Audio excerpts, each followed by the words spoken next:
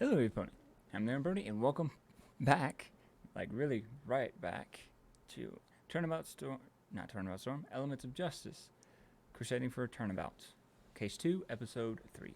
This is literally like not even 2 minutes after I stopped recording of the other one. So the first episode is up. Do not know if the second episode will be able to be uploaded before tonight or possibly early in the morning. This one that I'm doing right now for the trial, that's 2.5 hours long, it will not be uploaded before I leave. Yeah. So, looking forward to this. Let's see what's going to happen. And if Zecora is actually going to be the prosecutor.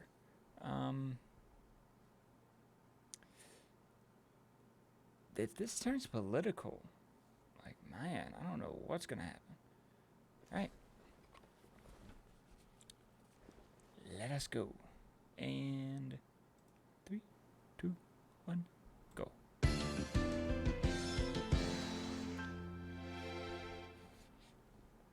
And I'm also sorry about last time I didn't really talk a lot. It's just I didn't really have anything to talk about, and I was also left speechless. I might pause and talk about a little, like, my theories on this one, but that's pretty much it. Oh, that picture, that's hilarious. Okay. First trial in Equestria, no big deal. It'll get just nervous. be like any other. Don't get nervous. Except with magic, and 2 kids as defendants, and no help from Phoenix or Apollo. Widget, can you say something positive for a change? I am positive that this trial will be anything but a cakewalk. Why do I keep you on all the time? Athena! There you are! Where have you been all morning? We were looking everywhere for you. Sorry, Twilight. I got up early to run a few laps around the castle. As soon as I was done, I rushed over here. But you were already up late last night. How many hours did you actually sleep? About 3, I'd say. Did you at least get something to eat? I had something to drink after my laps. Nothing like some freshly squeezed orange juice after a good workout. Just don't let Applejack hear that. What was that? Nothing. Trust me, Twilight. This is nothing out of the ordinary for Athena. Not exactly. Whoa, different vectors. All right. Nice. A great idea to tire yourself out before the trial even starts, though, is it? Hey! At least I'm getting some exercise, Mr. Overnight Instant Noodles and Comics. It's called manga, and it's art. You two could learn a lot from me. Oh my. I always make sure Wow. you're well rested before a performance, just to be safe. There's a lot more on the line with this, though, Trucy. You're still worried about defending both Scootaloo and Turning Page, aren't you? Yeah, just a little bit. But I'm fine. I'm just a little on edge, you know? Well, don't worry, Athena. I'm going to be right there with you throughout the trial. You're right. Thanks again, Twilight, for agreeing to be my aide. No problem, Athena. I'm certainly gonna need the help, that's for sure. Don't say that. Speaking of those kids, where are they? They should have been brought here by now. Apparently, the prosecutor wanted to have one last conversation with them before the trial started. They should be here any minute. Hopefully soon. The trial's about to start. By the way, Twilight, did you manage to get any info about the prosecutor? No, Wait, they didn't even tell you? no, they didn't. I'm sorry, Athena, I'm telling Huh? you, this is For political. what? for not being able to find out who the prosecutor is. I gave you my word that I would, after all. Twilight, it's okay, really. I mean, it's not like it would make that much of a difference, right? The second we walk through those doors, we're gonna find out exactly who the prosecutor is anyway. You did the best you could, Twilight. That's all anyone could ask for. There she is. Good morning, every pony. Especially to you, Princess Twilight. Turning, there's no need to bow to me, really. What do you mean? Of course there is. You're taking time out of your busy schedule to help defend Miss Scootaloo and me. I'm eternally grateful, Princess. Wait, how did you know I was assisting the defense? Oh, well, it was the prosecutor. They told us to be aware of your presence today. Why does it always feel like we're being left in the dark? We don't know anything about the prosecution, but somehow they already know about us? And they told Turning and Scootaloo? Miss Sykes, Princess Twilight, How? Yes, Turning? I have a request. I want you both to focus on Miss Scootaloo. I don't care what happens to me, but you must defend Scootaloo no matter what. She's innocent. I know it. If worse comes to worse, let me take the blame and just save her. What? Turning, no! Do you realize what'll happen if we do that? If you're found guilty, you'll be banished from Equestria. I know that. But that's a price I'm willing to pay. If it means Miss What? Scootaloo is saved. He's absolutely serious about this. Defend me if you must. But just know that if I think things start to look bad, I won't hesitate to confess if it means saving her.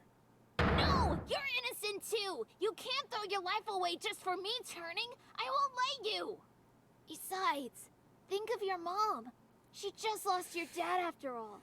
If you end up banished... She'll be fine. Besides, she'd understand. Sometimes sacrifices need to be made. It's my duty, as a future member of the Royal Guard. If even one life is spared, no matter whose, I'd have no regrets. Don't worry, Scootaloo. If what the prosecutor said is true, then we shouldn't have to worry at all. I'm just stating this as Huh? a last resort, in case things don't go according to plan. Right. If what the This prosecutors... mystery prosecutor is making secret plans with the defendants as well? You know what? I'm not gonna just stand there twiddling my thumbs. It's time for some answers. Alright, just who exactly is the prosecutor? And what exactly did they say to you two? I'm sorry, Miss Sykes, but we were told not to tell you anything about the prosecutor's identity or plan. Seriously? What's the deal? Why are they being so secretive? I don't know, but it's starting to get on my nerves. Scoots! Turning! You guys doing alright? Yeah, I'm fine, Apple Bloom. I am. Thank you for asking. Hey, Squirt! You doing okay? Yeah, I just can't believe I'm going on trial. Yeah, it feels pretty crazy, huh? It's okay though. You made it through the worst part. All you gotta do now is sit tight and wait for Athena to prove that you didn't do it. I'm glad you've all come out to support Scootaloo and Turning. Well, most of us, darling. A certain some pony didn't want to get out of bed today. I practically had to drag her to the courthouse. Oh, well, that makes sense, I guess. She was feeling sick yesterday, wasn't she?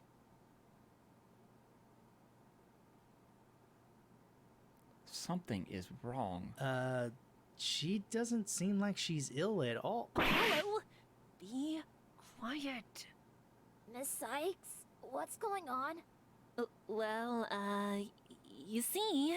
Ladybell didn't want to help us investigate the case.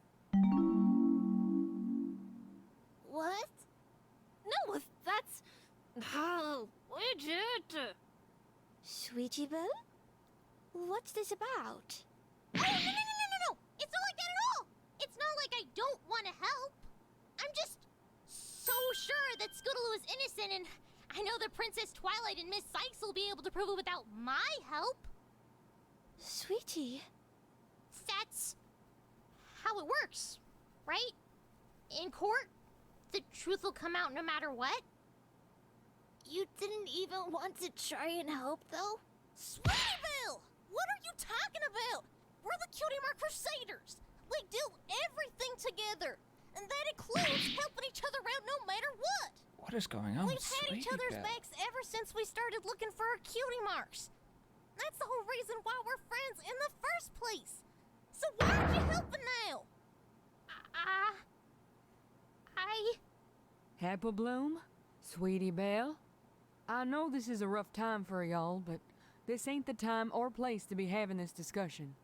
I want to help Scootaloo. Really, I do. But considering what she did, I didn't want to get in the way and make things worse. Like you did.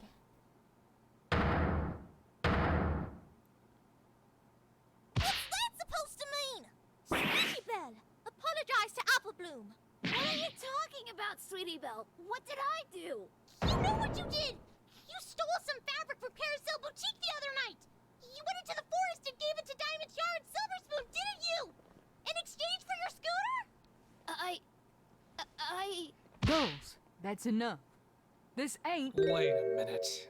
Sweetie Belle, how did you know that Scootaloo stole the fabric in the first place? Yeah, how did you know about that? What are you hiding from us, Sweetie Belle? Rainbow! That is quite enough! No! She's clearly keeping quiet about something. And if it can help Scootaloo, then she needs to tell us. You need to calm down, Rainbow. You're not helping any pony by scaring Sweetie Belle. I just knew, alright? Something didn't seem right when Turning showed up in the middle of the night to say hello, so I figured something was up. I checked around the boutique after he left and noticed one roll of golden silk was missing. That's all! See, there you go, Rainbow. A perfectly reasonable explanation. I don't buy it. Look at her. She's shaking like a leaf. I think she's still hiding something. Like she followed them? Tell us what happened. You followed them there, didn't you? Rainbow, back off. Look, I need to go. I'll see you all in there, okay? Sweetie Belle! I'll go after her. But you and I are going to have a serious talk later, Rainbow Dash. Consarn it, Rainbow. What a mess. Wow. I shouldn't have said that. I should not have said that. I just don't get it. Why would Sweetie Belle doubt Scootaloo? Aren't they all good friends? They are. But I don't know. Even close friends can still doubt each other. But not typically without a very good reason. If I could have everybody's attention, the trial is about to begin. Will the defendants and their That attorney is please make not. their way into the courtroom? Here we go. Deep breaths, Athena. Bob's sweaty. Don't worry, you've got this. Remember to focus and you'll be able to prove your client's innocence. Just believe in yourself, okay? Thanks, you guys. I know this is a big step for you as a lawyer, but we all start somewhere. It's time for you to take that next leap forward. I'm confident you'll succeed. You'll always have my full support. Boss. We got this. Right, Twilight? Of course, Athena. Now, let's go. And who is this mystery prosecutor? Is this Sakura? I really hope it's not Sakura. That would be a really strange thing to say with Sakura. Oh, that's cool. And the judge is back. Court is now in session for the trial of Scootaloo and Turning Page. Are the prosecution and defense ready? That's weird. The prosecution is missing. Wait, why is the judge still here? Prosecution, defense, are you ready? Yes, Your Honor. But, you're still here then? You didn't think I'd go straight back home, did you? I figured I'd just take a short vacation in this wonderful world. Is it really a vacation if you're still working? I truly do love it here in Equestria. After I'm done with today's trial, I plan on doing some sightseeing for a few days before I head back home. I know I said I wasn't interested before, but I'm thinking of checking out that race Prince Blueblood mentioned. I'll admit I don't have much experience with them, but I suppose it could be fun to watch. Princess Twilight, if you know of any other sights I could catch in Equestria, I'd greatly appreciate being told about them. I'll let you know, Your Honor.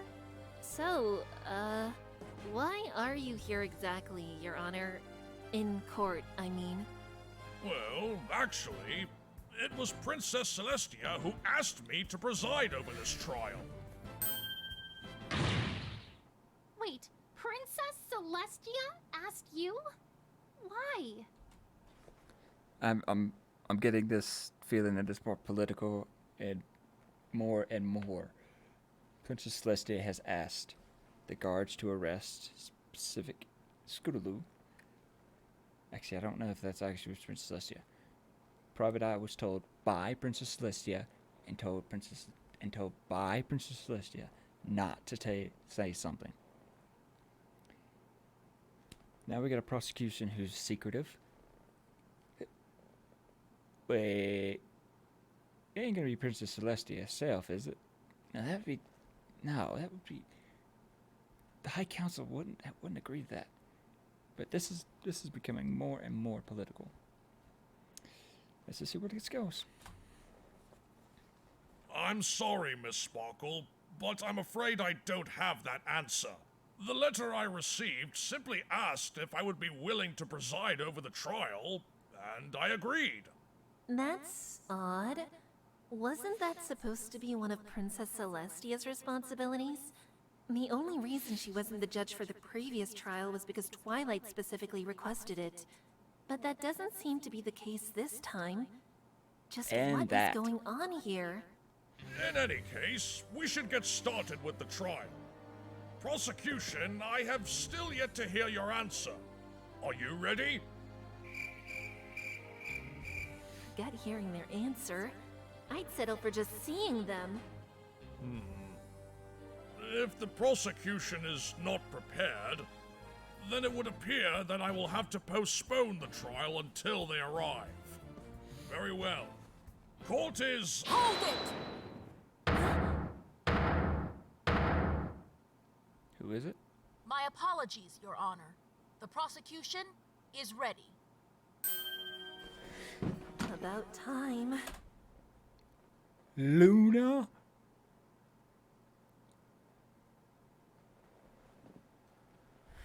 What? I was just joking about the Princess Celestia thing earlier. What the?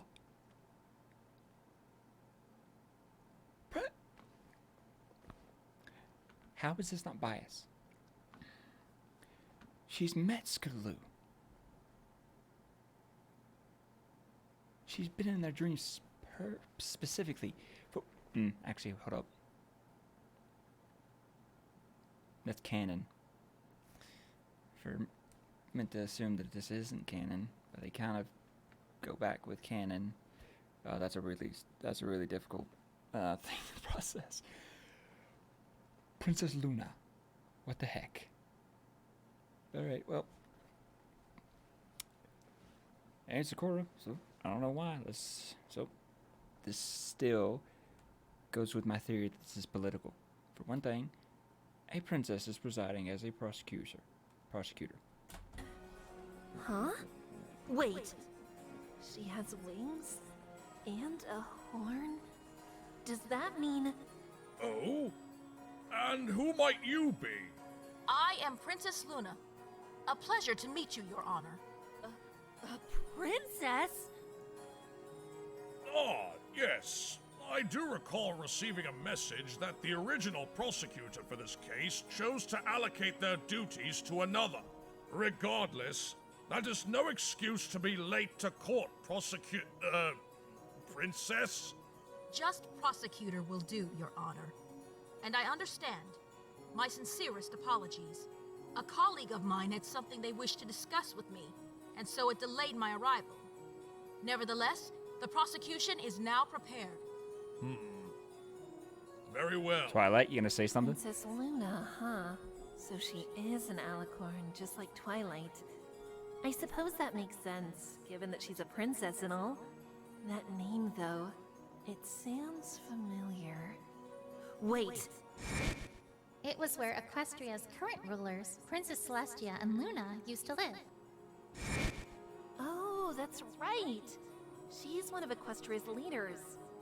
Just my luck. How am I supposed to keep up with the ruler of an entire country? Okay, I like these. I like Just these. Focus on the case. Still, something about her appearance. Have I seen her somewhere before? Hey, Twilight, Twilight? What's wrong? Princess Luna? What are you doing here? There we go. Twilight Sparkle. I heard that you would be assisting the defense today. Heard? I think it's more likely that you found out during your nightly stroll. Am I right? I should have expected you'd know. You've always been the clever one. What the heck are they talking about? Nevertheless, Miss Sparkle, the reason I'm here is quite simple. It is my duty to uphold the laws of Equestria. I am simply fulfilling that duty, regardless of whom it is I may be prosecuting, be they adult or child, friend or foe. I plan to fulfill my responsibility to the fullest. But of course, being the clever pony that you are, I'm sure you could have guessed that, couldn't you? Twilight? As for you, Defense... Huh? Me? I must confess, I was hoping that the Blue Phoenix would stand against me. Blue Phoenix? His efforts during the TS5 case and the case from 2 days ago were certainly admirable, twice proving there was no murder in our peaceful country. So, imagine my surprise when I learned that you would be the lead on this case instead. You, whom I have only heard of in hearsay and whispers that began spreading after the trial in Manhattan. I look forward to seeing if you can hold yourself up to the same standards that the Blue Phoenix has set. Huh. You'll see. I will live up to his example. With Twilight by my side, Scootaloo and turning This is people crazy. as good as free. Is that so? Well, that's wonderful to hear. And with that, let us resume this trial. Prosecutor Luna, you may make your opening statement. At once, Your Honor. All right, let's do this. Ready, Twilight? Twilight? Oh, sorry. Right. Let's get this started.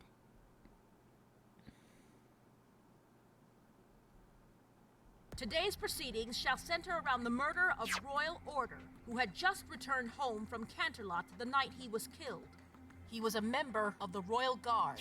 What? A guard pony was killed? Not just killed, he was murdered. What does this mean? Are we still safe?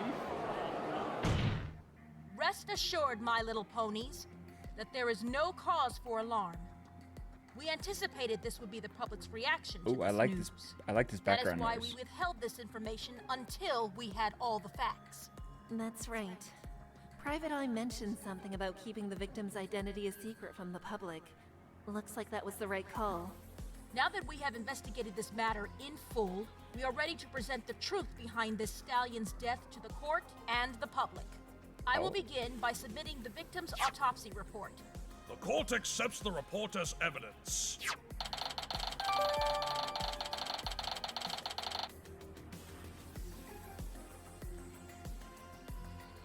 No. The time of death is estimated to be on the evening of February 12th Poison joke. between 9:30 p.m. when the victim was last seen and 10:30 p.m. when the body was discovered. The coroner was able to confirm this during their examination of the body. Death came as the result of a single stab wound to the right side of the victim's head. A single lethal strike, then. It's not quite that simple, Your Honor. There was only one visible wound, but he appears to have been stabbed at least twice. Whether or not this was caused by a single weapon or multiple weapons is unclear. What we do know for certain is that the victim died instantly after just a single stab. All subsequent stabs the victim suffered were post-mortem. In other words, the only thing we need to be concerned with is figuring out how the victim suffered his initial stab wound. That's what killed him. Additionally, we discovered a large bruise on the left side of the victim's torso, indicating that he was struck by some sort of object. However, unlike the subsequent stab wounds, the victim received this bruise before he died. I see. What I'm still wondering is, why did the killer stab the victim in the head of all places? That's way too bizarre to not be important. There's still one more point in this autopsy report that confuses me, though. I assume you are referring to the affliction the victim was suffering? That's correct. This poison joke. I've done my research on Equestria, but I'm afraid my studies didn't quite cover this topic. There's no need to worry, Your Honor. I shall explain. Poison joke is a rare type of flower, native only to the Everfree Forest. It is relatively harmless, but should one so much as touch the plant, they will be afflicted with a bizarre condition unique to every individual. Yeah, this is all stuff that Twilight mentioned yesterday. In the case of Royal Order, the affliction he suffered was weak knees. Ironic that a member of the Royal Guard would be afflicted with a condition that makes it difficult to stand tall. Indeed. As for the body itself, it was discovered at the foot of the bridge leading to the castle of the Two Sisters. As you can see on this diagram, the castle ruins lie at the very end of the path that cuts through the Everfree Forest. We also have an additional diagram here that gives us a closer look at the crime scene itself. The X we've marked on here is representative of where the body was at the time of its discovery. Lastly, the prosecution wishes to submit this photo of the crime scene to the court. The victim's body had already been removed for autopsy by the time it was taken, but we laid out tape to mark its exact positioning. Very well. The court accepts the diagrams and photo as evidence.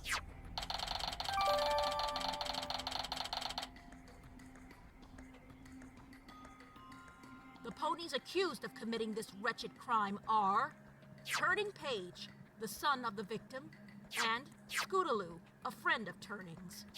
It is rather difficult for me to believe that these two children would do something like this, though. Not to mention the fact that one of the two standing accused is the victim's own son. It's certainly a rather tough pill to swallow, but I am certain that, in time, you will come to see that these two were the only ones capable of committing this crime. You'd better have some pretty substantial evidence to back up your claims, Prosecutor Luna. These are children's lives at stake. Trust me, Your Honor. It brings me no pleasure to prosecute these young souls. However, justice must still be served. In the eyes of the law, every pony is equal. Age is a non-issue. I trust that you, too, know this, and will remain impartial in your judgment? Certainly, Prosecutor Luna. That is the duty of a judge, after all. I'm glad to hear that, Your Honor. Well then, defense, what is your stance regarding the charges filed against your clients? Your Honor, we stand by our plea of not guilty. The defendants, Turning Page and Scootaloo, are both completely innocent of the charges filed against them. The court acknowledges the defense's position. Now then, let's hear from the prosecution's first witness. Your Honor, the prosecution would like to call the detective in charge of this investigation, Private Eye, to the stand. Very well. All right. Private Eye's up first, then. Hopefully he doesn't say anything too damaging. Witness, Please state your name and occupation for the record. My name is Private Eye, Princess. Detective. And might I say, good morning to everyone present. Princess Twilight, Miss Sykes, my lord. My good lord. morning. Lord, huh? I could get used to that. And we've already lost him. The prosecution's No. first course of action will be to make the actions of the victim clear to the court. Detective, please testify in regards to this matter. At once, Your Highness.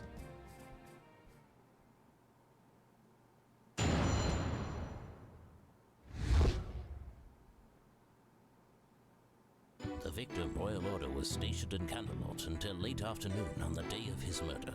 After his shift ended, he boarded a train and arrived in Ponyville at around 9:15 that night. Upon his return home, he was informed of Turning's whereabouts and decided to head into the Everfree Forest to find him. When he arrived at the base of the bridge, in front of the castle of the Two Sisters, he was ambushed and murdered. Our investigation determined that Turning Page had gone off into the forest with Scootaloo that night for currently unknown reasons. We believe this is why the victim was in the forest that night. He was trying to save his son. I see. You'd certainly need a very good reason to be willing to head that far into the forest. If I recall correctly, that place is filled with all kinds of dangerous creatures, isn't it? It is indeed, Your Honor. Figuring out why the victim chose to go so far into the forest was one of the key questions we had during our investigation. It was the statement of one Miss Devotion that cleared the matter up for us. Miss Devotion? The victim's wife, Fair Devotion. She's a substitute teacher at the local schoolhouse. While her husband was away in Canterlot, Miss Devotion would take care of her son all by herself. This on top of her demanding role as a teacher and member of the Ponyville School Board, you see. She certainly sounds like a very kind, hard-working mare. She was home when the victim returned, and it was she who told him the Turning Page had gone into the forest that night. So, the reason the victim went into the forest was to chase after his son? That is what the evidence and statement currently point to, yes. It's hard to argue against that. I guess in that case, I'll just see what other information I can draw out of Private Eye. Now, Miss Sykes, you may begin your cross-examination.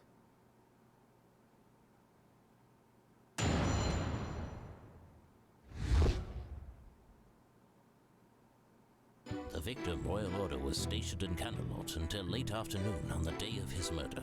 Hold it! What was he doing there? He was performing his routine duties as a guard. Nothing out of the ordinary. What did those duties entail? Monitoring doors, patrolling hallways, the standard fare. So he was just your average, everyday guard? I suppose you could say that, yes. There was nothing special about his rank, his title, anything at all? Well, as a detective, I can only know so much. What do you think, Princess Luna? It's just as Detective Eye says. As someone who gave the victim his orders, I can say with certainty that there was nothing that set him apart from the other guards in our entourage. If you're looking for a motive defense, I'm sorry to say that you will not find it here. Well, there you have it. You couldn't ask for a clearer answer than that. Shoot. I was really hoping I would get something out of that. If he was just an ordinary guard, then that eliminates any potential motive that could be tied to his rank. Still, though, the way Private Eye shifted my question to Princess Luna, something still doesn't seem right here. Defense, please stop staring at the witness and continue your cross-examination. Yes! Sorry, Your Honor. I'll have to look into that later. Gotta continue pressing the detective for information now. After his shift ended, he boarded a train and arrived in Ponyville at around 9:15 that night. Hold it! How long had he stayed in Canterlot? Nearly a month, according to our findings. A month? Royal Order often spent many weeks in Canterlot with little time to himself. Even when offered extended sabbaticals, he chose to forego them in service to the crown. This fellow seemed like quite the workaholic. Says the guy working on his vacation. He was simply honor-bound to serving Equestria and maintaining harmony amongst its citizens. Whenever he wasn't on active duty, he spent all of his time with his family in Ponyville. He certainly was the epitome of a royal guards pony. His death will surely echo a great sense of loss for both his country and those close to him. That's odd. That sounded a lot more sorrowful than anything I would expect from Private Eye. The day he was murdered was no different than any of his other off-duty times. He returned to Ponyville to visit his family. According to our investigation into the ticket purchases and train schedules for February 12th, Royal's train arrived in Ponyville at 9:15. He then headed straight home, arriving about 10 minutes later. And what did the victim do once he got there? Upon his return home, he was informed of Turning's whereabouts and decided to head into the Everfree Forest to find him. So, it was Fair Devotion who told the victim that Turning Page had gone into the forest? Indeed. We heard this from Miss Devotion herself. And how did she know what her son was doing? I doubt she would have allowed Turning to go somewhere that dangerous. During our investigation at the victim's house, we found a note written in Turning's handwriting confessing to his actions that night. Miss Devotion knew where her son had gone because of this note.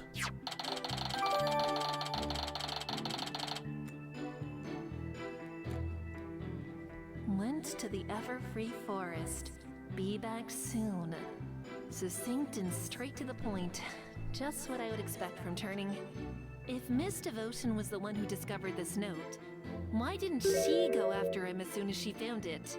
As you said yourself, the Everfree Forest is a dangerous place, especially after dark. She knew Royal Order would be coming home soon, so she decided to wait until the more able-bodied pony had arrived before attempting to follow after her son. According to Miss Devotion, when Royal Order offered to go find him, she insisted on going with her husband, but he told her to stay put. She reluctantly complied, and watched him leave at around 9:30. That was the last time she ever saw him.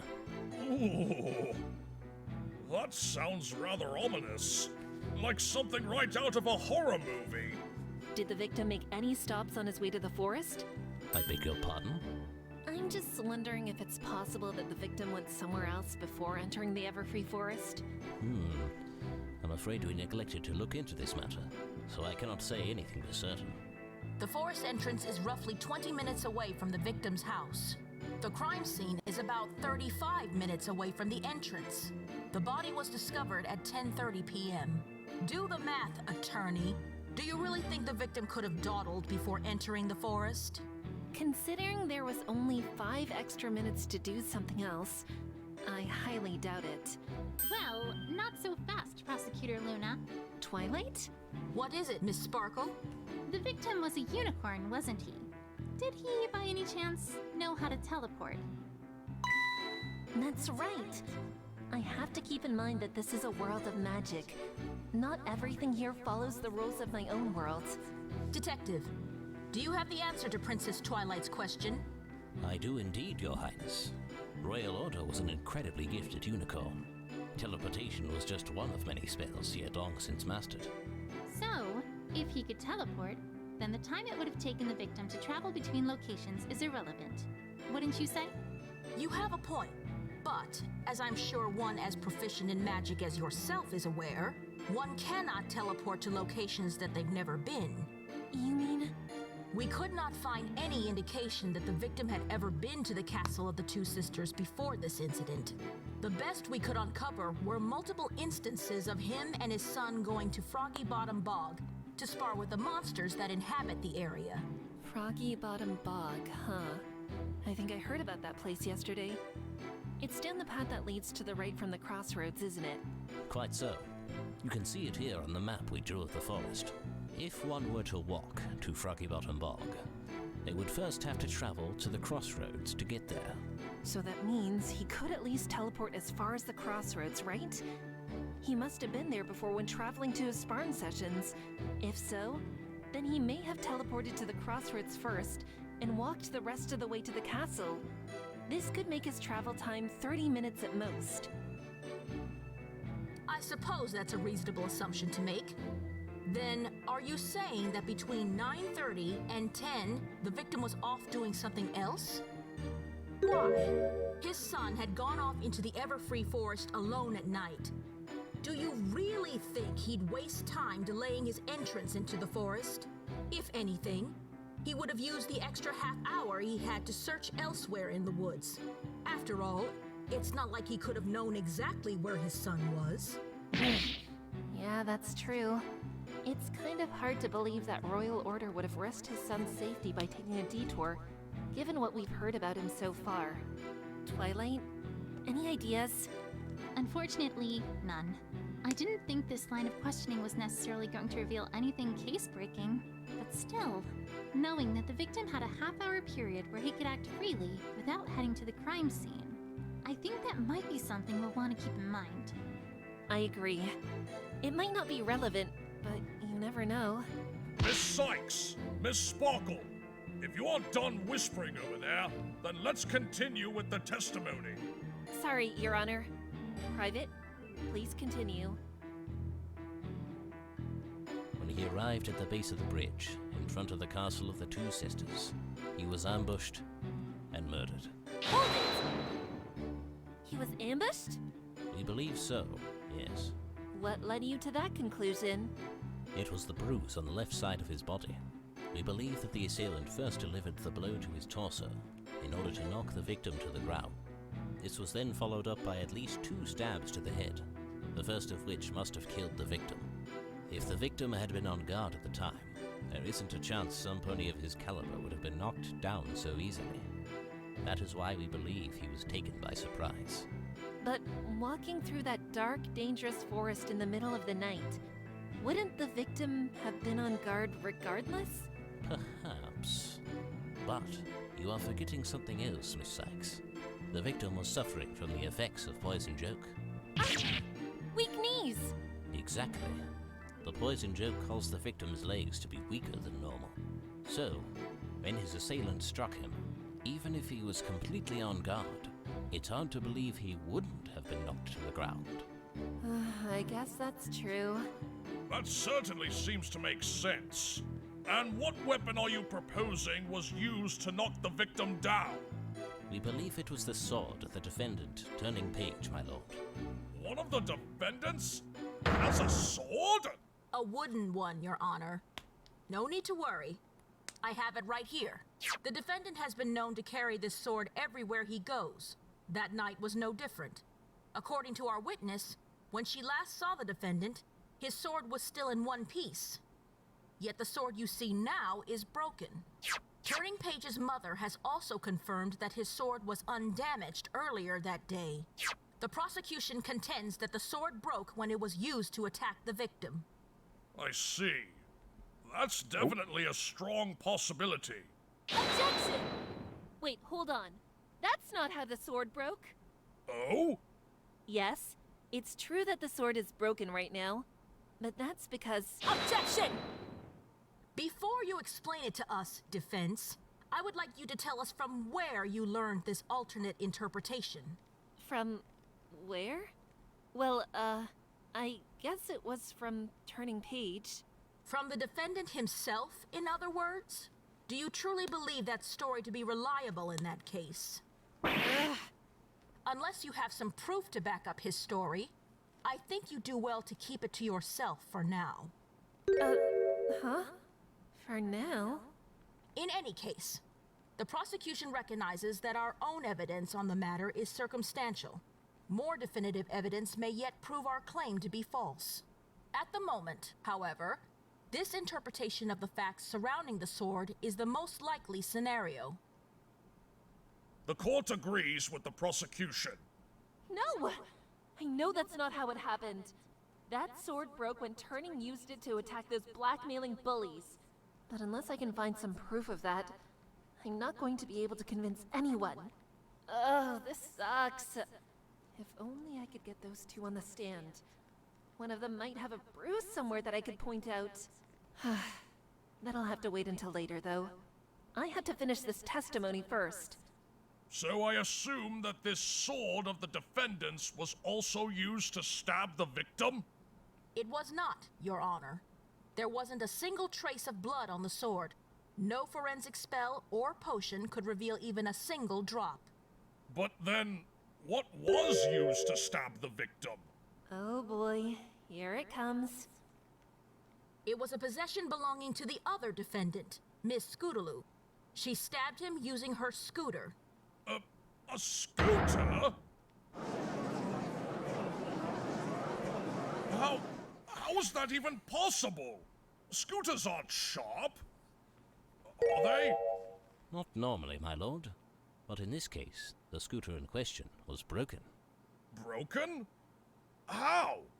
The left handlebar was snapped off, leaving behind a sharp, exposed bolt that could easily puncture a body. You can see it in the photo I submitted earlier, Your Honor. The scooter was unquestionably at the scene, and I have it recorded right here that the bolt itself was covered in blood. When tested, we discovered that the blood was indeed the victim's. What? Order! Order, I say!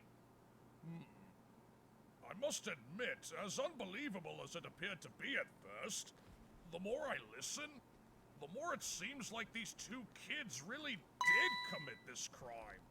As regrettable as it is to think so, the evidence certainly points to that conclusion. The victim arrived on the scene and was ambushed by his son, Turning Page. He used his sword to hit his father's left side. This attack caused the sword to break.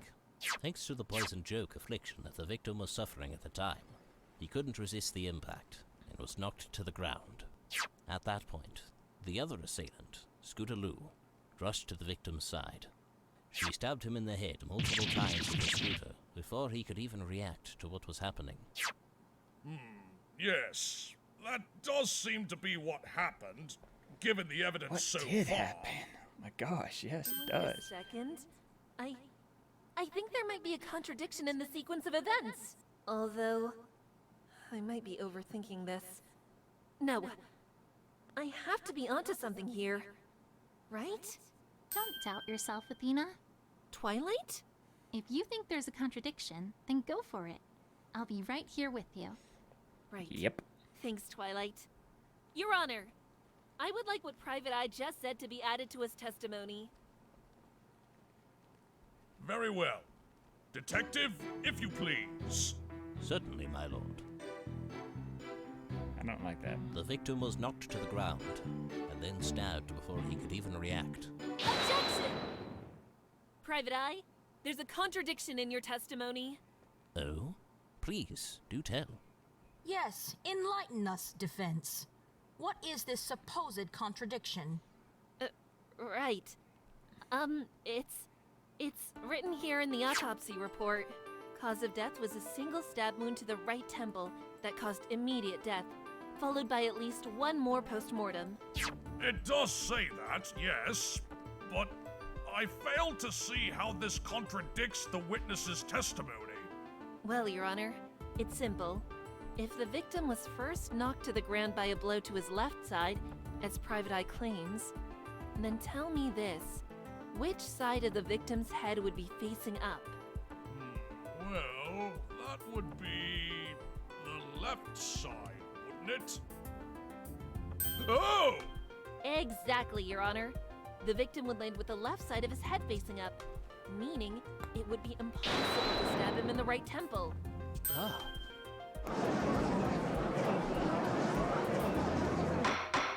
Order! Order! That's certainly a puzzling contradiction. The victim couldn't possibly have been stabbed in the right temple if he were in that position. Prosecutor Luna, any thoughts? You certainly pose an interesting dilemma, defense. So, are you implying that the victim was first stabbed in the head and then hit in the torso? It would certainly help your case if you were.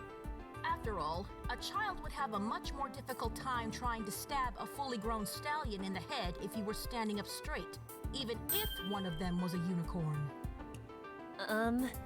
Is that what I'm implying here? Could the victim have been stabbed before he was struck? That can't be it, Athena. Think back to the autopsy report one more time. You're right, Twilight. Well, Miss Sykes, is what the prosecution said true? Are you claiming that the victim was first stabbed and then struck? I'm not, Your Honor. You aren't? Intriguing. And why not, defense? It says so right here in the autopsy report. The victim suffered a large bruise on the left side of his torso ante-mortem. He was hit before he was killed. Since the autopsy report notes that the victim was instantly killed by the first stab wounds, that means it would have been impossible for the victim to have been struck in the torso after he was stabbed. I did it! I managed to find a flaw in the prosecution's case! Way to go, Athena. Let's see how the princess tries to get out of this one. Prosecutor And Luna, is do you have an explanation for this seemingly unexplainable contradiction? Of course I do. Yeah, that's what I thought. Wait, what? You can explain it? Then please share your theory with the court. At once, Your Honor. As the defense has so eagerly demonstrated for us, the victim's autopsy report creates quite a few perplexing contradictions. However, there are two explanations that can clear them all up. Two? The first is a rather simple one. After the victim was struck, he fell onto something sharp, and it pierced his head, killing him. The victim fell onto the murder weapon? Well, it might not be right to call it a murder weapon. After all, there's no proof to indicate that the assailant ever intended on killing the victim, should this be the case. And the crime scene was a forest, after all. Who knows what could be on the ground? All kinds of dangerous objects, I'm sure. Indeed. This murder could very well have been an accident in that case. But then, wouldn't the object that took the victim's life still be at the scene? You would have found it there, wouldn't you? Not if the culprit took it away in a panic or in fear. And what about the blood on the scooter? That could have been the result of our real culprit wishing to frame Miss Scootaloo for the crime. Even if it was an accident, the culprit still wouldn't want to be caught. They would likely fabricate a weapon to avoid their punishment. In truth, while the stab wound in question is quite similar in shape to the exposed bolt on the scooter, irregularities were discovered during the examination, which indicates that it's possible two different items could have stabbed the victim. I see. Which would mean the culprit is... Indeed, Your Honor. The evidence, as it stands, suggests that Turning Page was the one who knocked the victim over. On top of that, out of the two defendants, he's the only one who would benefit from making a fake weapon out of the scooter. If that's the case, then everything would line up, wouldn't it? What do you think, defense? Do you wish to argue that this was all an accident, perpetrated by Turning Page alone? You're going up against the wrong person if you think you can manipulate me into saying what you want, Princess. That being said, if I did argue that this was what happened, I could get Turning Page's sentence reduced significantly, and Scootaloo would be off the hook completely.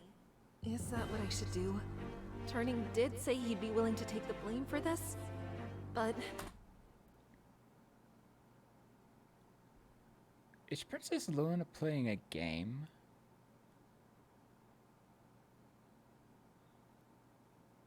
Because remember, the prosecutor told the two defendants that she has a plan.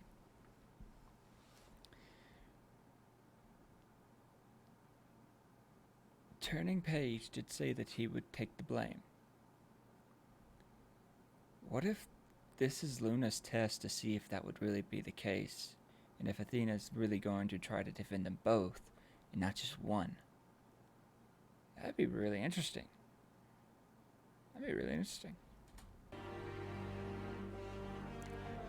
Turning's looking at me. Is he trying to tell me to let him take the fall? But if I do that, then... Athena? I'm not sure what to do here, Twilight. The way things are going, I could very easily get Scootaloo off the hook and turning a light prison sentence. That would have everything turn out just as turning Est back in the defendant lobby. But I don't think I should do that. If I do, that'll just mean we're admitting that Turning killed his own father, even if only by accident. And that will undoubtedly have a severe effect on him. His family, his peers, they'd never look at him or treat him the same way again. It'd ruin his life. Even so, Turning seems to be satisfied with that. Well, I'm not. I don't care if he thinks it'd be a good thing to do. Because it isn't. I'm supposed to look out for both his and Scootaloo's best interest, and him taking the blame isn't what she wants. So if Luna's got some sort of trap waiting for me, bring it on. I'll never admit that either of them had anything to do with Royal Order's death. If that's the path you're going down, then don't you worry. I've got your back. Thank you, Twilight. Miss Sykes, if you're done whispering to your co-counsel, then tell us. Do you intend to argue that this murder was, in fact, an accident? No, Your Honor. I do not. You don't? The defense's stance is simply this. We assert that neither Scootaloo nor Turning Page had any hand, or hoof, rather, in this murder. I thought you might say that. How ambitious of you, little golden pixie. Golden Pixie? If that's the case, then you are admitting that the second explanation for our autopsy contradiction is the correct one? Yes. Of course. As soon as I figure out what that is. Not so confident, are you? Perhaps once we elucidate the matter, you'll see the folly of your actions. Private Eye, if you please. At once, Princess. If the issue is merely in regards to the claim that the victim didn't have time to react before getting stabbed, then the solution is simple. He did react. Ugh. When he was knocked over, he must have lifted his head to see who hit him. Once he did, his right temple would have been exposed, allowing the second assailant a chance to stab him there. You're right. That does clear up the contradiction quite nicely. This Well is then, going bad. There you have it.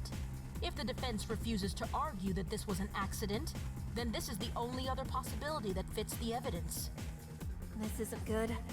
Unless I can poke a hole in this theory, we're gonna be up a creek with no paddle. There must be something we're overlooking. Excuse me, Golden Pixie. Yeah? I see you're straining yourself over there. No doubt desperately clawing for some sort of advantage in this argument. Was it that obvious? Unfortunately, I'm afraid you're not going to find one. Just look over the evidence again, and I'm sure you'll realize you're fighting on the wrong side of this debate. What? I'm fighting on the wrong side. Why did Luna say that? I think Luna's Was that trying supposed to be a I think Luna's trying to help her. Come on, think, Athena, think! Fighting on the wrong side. Fighting on the wrong side. The evidence shows that I'm fighting on the wrong... I've got it! Objection! Your Honor, there's no way the murder could have played out the way the prosecution is claiming it did. Oh? How so, Miss Sykes? Let's look back at the photo of the crime scene. Here, we can see an outline of the body as it was at the time of the discovery. Oh, I thought about that. Looking at it, don't you find it to be a little odd? Odd? What do you mean? The victim is on his side, just as the prosecution claimed. Yes, but think back to the earlier theory. The victim was hit on the left side of his torso and was knocked to the ground. Now, if he was hit on the left side, then his right side should have been what hit the ground, right? Yes, I suppose so. And yet, in this photo, We can clearly see the victim fell on his left side. Oh! You're right! Order! Order! Prosecutor Luna, do you have an explanation for this? This completely overturns your entire case! Quite literally, in fact. You weren't fazed by it? I'm afraid not, Your Honor. Sorry to disappoint you. So then, do you have an explanation for this after all? Perhaps we should allow the one who brought this to our attention an opportunity to explain it first. Me? Who else? Well, I don't know. I just pointed out the contradiction. I hadn't really thought about what it means yet. Well, one thing it could mean, Prosecutor Luna, is that the police made a mistake when they were outlining the body. I assure you, no mistakes were made. I saw to the removal of the body myself.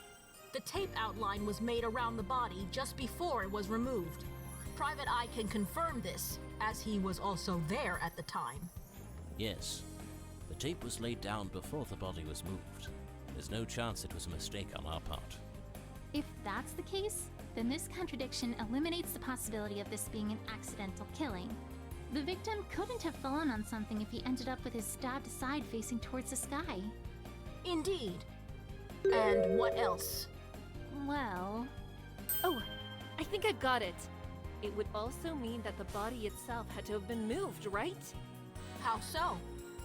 If the side of his body that was hit somehow ended up facing the ground, it would mean that whoever killed him must have moved the body from somewhere else and placed it down incorrectly.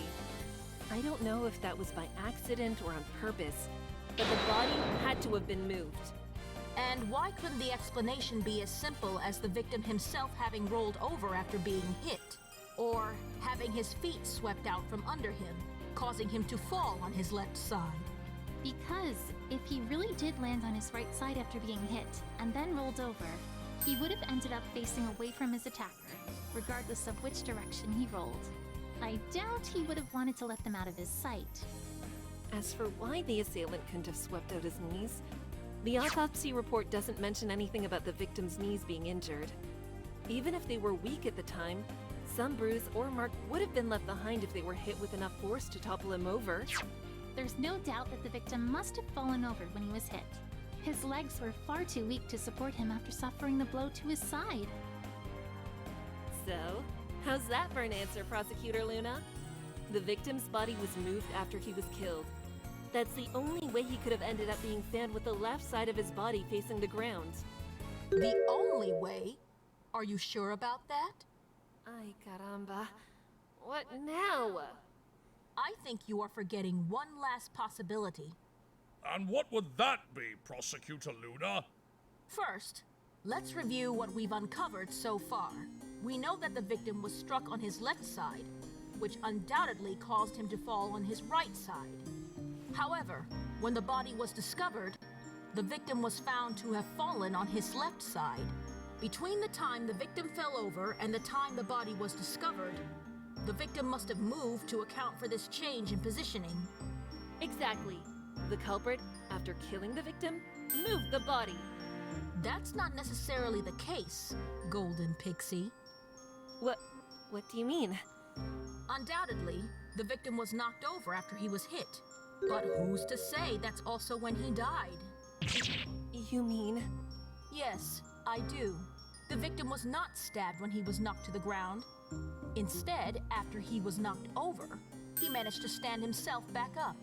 After an unspecified amount of time, he was then stabbed in the right temple, which caused him to fall over onto his left side. Dang. Order! Order in the court! After hearing both the prosecution and defense's claims, I believe I must side with the prosecution's stance. What? But why?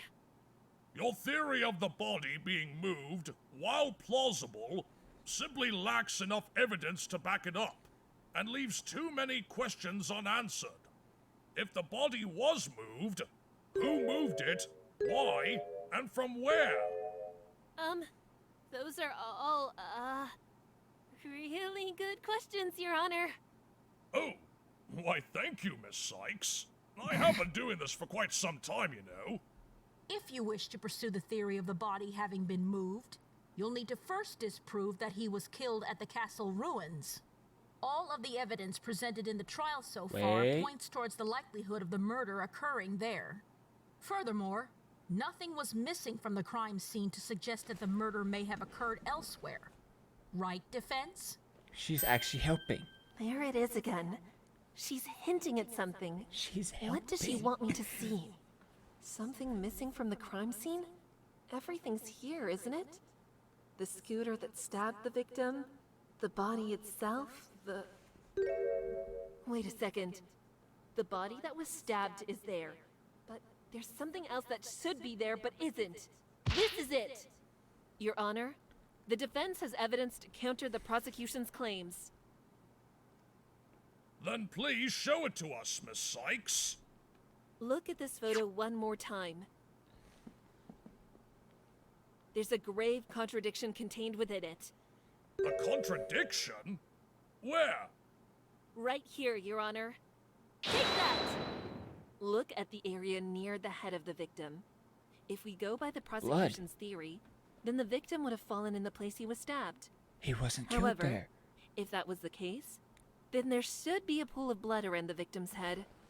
Yes, there should be. Duh. But looking at this picture, what do you see? Wow, that was simple. There's no blood at all! And that's precisely the significant contradiction in that photo, Your Honor. An area that should be caked in blood has no trace of it whatsoever.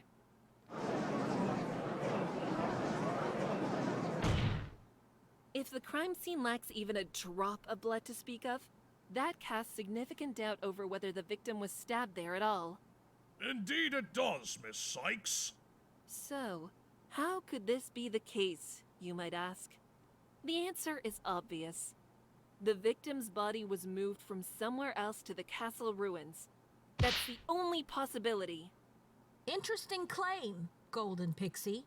And you sounded so triumphant while making it, too. It's a shame that it's completely flawed. Flawed? How? True, there doesn't appear to be any blood on the scene right now. But once I bring my next witness to the stand, that tune of yours will surely change. This other witness. Sakura. Time to see if it's who I think it is. Very well. Detective, you may leave the stand, but please remain in the courtroom. We may need your opinion on other matters as they come up. Of course, my lord. Now then, let the prosecution's next witness take the stand. Sakura. Witness, please state your name and occupation for the record. My name is Zakora, an apothecary. I make my home in the Everfree. You live in the Everfree Forest? You're a zebra? Oh, right. I guess I forgot to mention that, didn't I? You and Apple Bloom both. And you say you're an apothecary? Yes, Your Honor, I am indeed. Crafting potions is my creed. The forest creatures are bizarre, but their wonders are unmatched by far. Interesting. I just noticed that she's rhyming. Oh boy. I really hope that this doesn't mean what I think it might. Let's get back on topic, shall we? Witness, is it true that, on the night of the murder, you were the one who discovered and reported the victim's body? Yes, quite sadly this is true. It was a scene most gruesome too. Then please, give us your testimony in relation to this gruesome discovery. Of course, Your Honor. I shall speak. I'm sorry for this tale is bleak.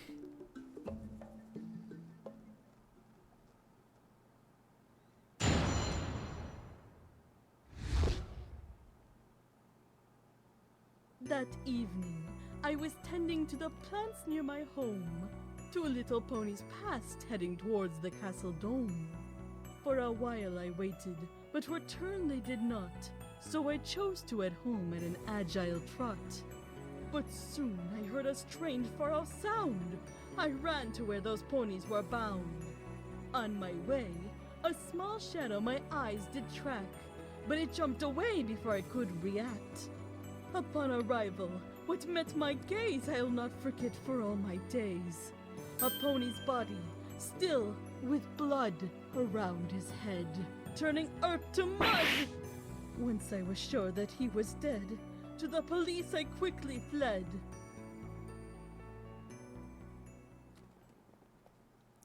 Can life cut me a break already? It's hard enough sifting through testimonies without having to decipher them first. It must have been horrifying to see a dead body that night. But if the Everfree Forest is as dangerous as you say it is, well, wouldn't bodies be a common sight? Most creatures are clean with the food they hunt, but a corpse in the open? A surprise, to be blunt. You saw blood on the ground around the body? Of all the life that he had bled, a ring of red lay around his head. Objection! That's impossible! We checked the area ourselves. Even this photograph shows there was no traces of blood. Your testimony is completely contradictory. Do not point your rage at me! I have told you all I've seen. Perhaps I can shed some light on this matter. Do you have something that can explain this contradiction, Prosecutor Luna? Light? Of course, Your Honor. I'd look rather silly if I didn't. Very well.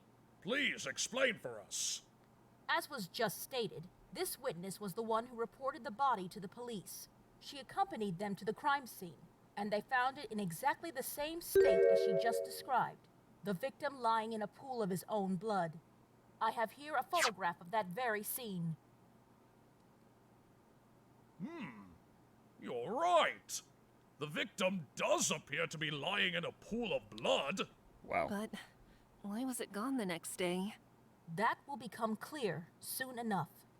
First, the prosecution would like to submit this evidence to the court, along with this photograph. And what is this? It's a cape, Your Honor. The emblem on it denotes it as belonging to the Cutie Mark Crusaders, the group of which the defendant, Scootaloo, is a member. That must be the third cape that Private Eye said the police had taken for examination. As you can see in this earlier photograph, No. 2 more of these capes, as well as the fabric used to line their undersides, laid in this wagon attached to the scooter. It likely goes without saying, but this wagon also belongs to Scootaloo. Great Wickering Stallions!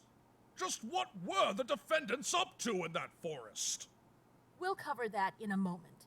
For now, I would like to draw further attention to this cape here. It's covered in Upon blood. testing it, we found that it was absolutely drenched in the victim's blood. The cape was covered in blood? You mean someone tried to clean up the crime scene? I can't imagine that to be the case. Going by where this cape was found, I'd say there's another more likely possibility. Where was it found? This cape was discovered underneath the victim's body. Specifically, under his head. You mean that pool of blood Zecora saw? It appears as though the little golden pixie has figured it out. When the police went to examine the blood, they discovered that it wasn't blood at all. It was actually this cape right here. So, she was on the wrong track all along. Looks like it. Yup. Now do you understand, defense? When the victim fell to the ground after being stabbed, he must have fallen on top of this cape. Any blood that seeped from his wound would have trailed down his face and been absorbed by the cloth. When the witness came across it, she mistook the cape for blood due to its red color. The fact that there was no blood at the scene is completely irrelevant. After all, it was the police themselves who removed it. No! This What is can't going be right. on? Dragging this on like this for those two children is just cruel. Even if they're guilty, why can't the lawyers see that? Order! Order! My word! It seems as if the defense's argument has been completely overturned. Indeed it has, Your Honor. Despite what they claimed, it's clear that the body was never moved. The scene of the crime was undoubtedly at the foot of the bridge. The blood on this cape proves it. And, as luck would have it, I have one more piece of information that will crush the defense's rebuttal once and for all.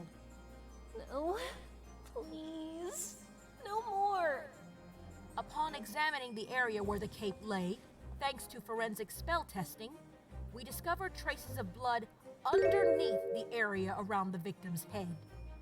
Really? It seems as if the cape absorbed more blood than it could handle, and some of it leaked through to the ground below.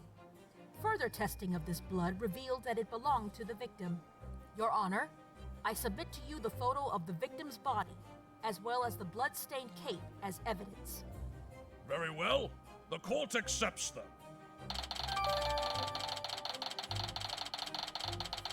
Is she Is Luna helping her, or is she like leading her into like traps? I can't tell anymore. Cause she looked like she was helping, but then she's like, "Nope, you're completely wrong." So, what is she doing?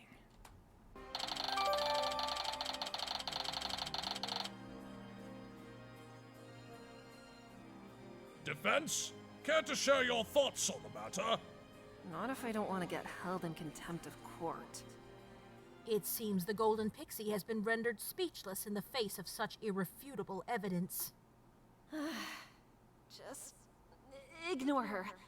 Ignore everyone, okay? I'm not gonna lose. Time to get my brain in gear. There has to be something off in her theory. Luna's saying that the body was never moved. The reason there was no blood at the scene is because it was absorbed by the cape. In that case, the victim would have stood up after being knocked over by turning. Afterwards, Scootaloo hit him in the head with the scooter, which knocked him to the ground again. Is there anything wrong with that series of events? Wait a second. If the victim was standing up when he was stabbed, then wouldn't it be impossible for— Miss Sykes! Do you, or do you not, have any objections to the prosecutor's theory? You bet I do. Feigning confidence will get you nowhere, defense. Objection! Your Honor, the defense would like to point out a flaw in the prosecution's theory. Then get on with it! Yes, Your Honor. The issue has to do with the victim's fatal stab wound being inflicted while the victim was standing upright.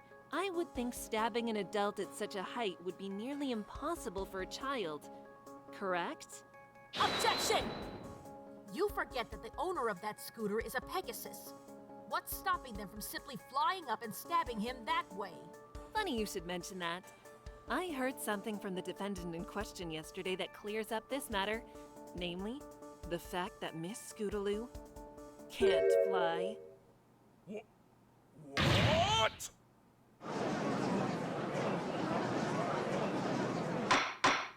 Order! Order! Prosecutor Luna, is this true? If Miss Scootaloo can't fly, then there's no way she could have stabbed a stallion in the head while he was standing. Of course she couldn't. Can I take you by surprise at least once in this trial? Nope. What the defense has said is absolutely true. I have the medical report from Scootaloo's doctor right here. Contrary to Pegasus fillies her age, her wings haven't fully developed yet, and thus, she cannot fly. But if you knew that, then why were you arguing that she could have stabbed somewhere she couldn't even reach? Now, when did I ever claim that? All I ever claimed was that some pony stabbed him whilst he was standing upright. If it was impossible for Scootaloo to have done so, then that leaves only one option, doesn't it? Uh-oh. Turning Page is a talented unicorn for his age, And levitation is a relatively simple spell to learn, even for colts and fillies. I'm sure he'd have no problem levitating the scooter up to his father's head and stabbing him with it. Objection! Princess Luna, if you choose to claim that, then Scootaloo would have done nothing wrong. Am I right? Princess Twilight, please explain what you mean. It's simple, Your Honor. If Turning Page was the one who assaulted his father, and then proceeded to stab him in the head with the scooter, then Scootaloo would be completely innocent. Nothing but a bystander at most. Am I right, Princess Luna? We shall see. First, I think it's time for the defense's cross-examination of our witness. We've been putting that off for long enough now. Yeah, I kind of forgot that Zakara was even here. Very well. Let us begin the cross-examination. This is getting intense.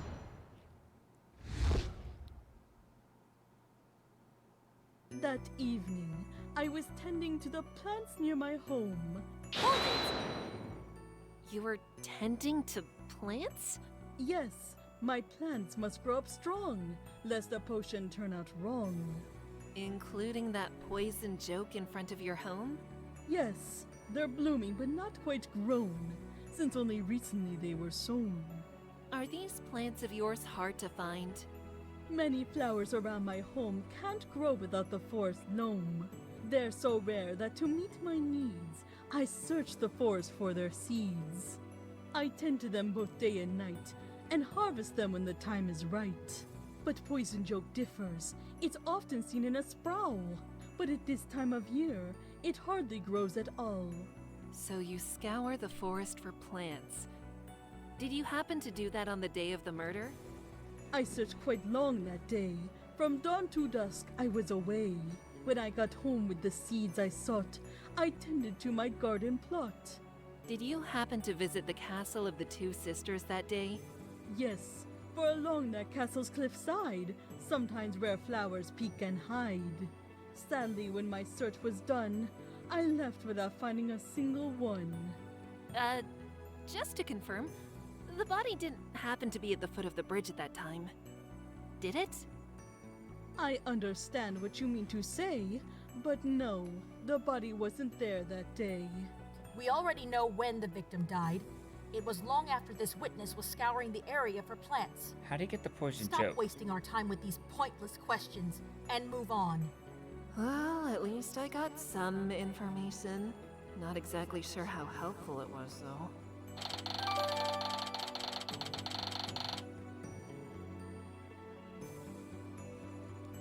Please, continue, witness. That literally clears up everything. How did he get the Little poison ponies joke? passed, heading towards the castle dome. Hold it! Did you happen to see who they were? Of the cult I had no clue, but the filly was Miss Scootaloo. So you saw the children walking through the forest that night? It surely was a curious sight. Two foals traveling solo that night. The forest danger is well known, so I thought, what are they doing alone? They were going to settle the blackmail with Diamond Tiara and Silver Spoon. But I can't bring that up yet. It'll just be rejected outright. These two ponies. Was there anything about them that caught your eye? Scootaloo looked frightened, but that wasn't so strange. The forest scares any pony of any age. The colt was holding something thick, but not with his hooves, but with magic. And what was that? It was a bolt of fabric, rolled. The moonlight showed that it was gold. That checks out with what Scootaloo said yesterday. How Turning Page offered to carry it for her just in case.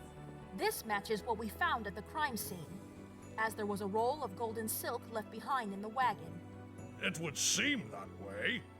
He also carried a weapon, a sword of solid wood. Given where they were going, I thought this was good. And I'm assuming this sword was in one piece. Am I right? Indeed, there wasn't a single crack. The sword appeared fully intact.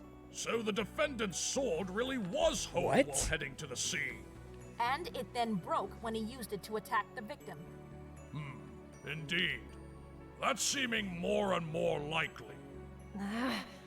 At some point here, I need to counter with how the sword really broke. But I'm still missing the evidence to support Turning's version of events. One way or another, I'm going to have to find it soon. Witness, please continue your testimony. This is For a while I waited, bleaker and but bleaker. return they did not. So I chose to head home at an agile trot. Hold it! You just stood on the path and waited? It would not have done to stand and wait, for time has an unchanging gait. Along the central path nearby, some plants were quite nearly bone dry. These I tended by the light of the moon, expecting the foals to come back soon. How long were you waiting for them? I worked from 9:45 to about 10:10, so a half hour had nearly passed by then. And you just stood there, taking care of plants the whole time? Weren't you worried about two kids going so far into the forest by themselves? Of course I was! Who wouldn't be? After all, they were in the Everfree. But for all that time there was no sound, nor any sign that they were found. On the path I kept one eye, in case they returned or another passed by. I guess no one ever came then? No one did, neither pony nor foal. I finished my work without seeing a soul. So I decided to head home and rest, until I heard something that brought dread to my chest. What did she hear? But soon I heard a strange far-off sound. I ran to where those ponies were bound. Hold it! Noise? It sounded unlike anything I'd ever heard. Not a bear, manticore, wolf, or bird. I could hear it echo around, a strangely loud metallic sound. You mean like a clang? It was a particular tone to hear, though clang does suit well with what reached my ear. This again? First a fabric roll and now a clang? Any other similarities to the case from 2 days ago I should know about? Do you know when you heard this clang? As soon as I heard it, I checked the time. It was 10:15 right on the dime. And do you know where it came from? I know not much to my shame. I could not tell from where it came. I remembered where the children were headed. The sound coming from there was a thought I dreaded. So, what did you do then? I made up my mind to find the foals. Reaching and protecting them were my goals. That plan was briefly sent awry when something weird caught my eye. On my way, a small shadow my eyes did track, but it jumped away before I could react. Hold it! A small shadow? I wish I could describe it more than just weird, but it left as soon as it had appeared. Still, it was rather odd to me, so I included it with my testimony. Do you know when and where you saw this shadow? 5 minutes after would be the when, so I'd wager it was 10:20 then. Where is difficult, I must confess, as Everfree has no address. Here, witness. Point it out on this diagram. You have my thanks, Princess Luna. Now let me fill this lacuna. Ah, yes, it was this spot right here. Or, at least, someplace near. So just on the path? I thought we were on the path towards collision, but then it jumped out of my line of vision. For those unaware, the Everfree Forest is notorious for being absolutely pitch black at night. The intense tree cover prevents most forms of light from reaching the forest floor. However, this incident occurred on the night of a full moon, so sunlight was able to illuminate the areas that lacked direct cover from trees. Unfortunately, the rest of the forest remained as pitch black as one would expect it to be. Was there any detail about the shadow you could make out at all? Shape? Size? Anything?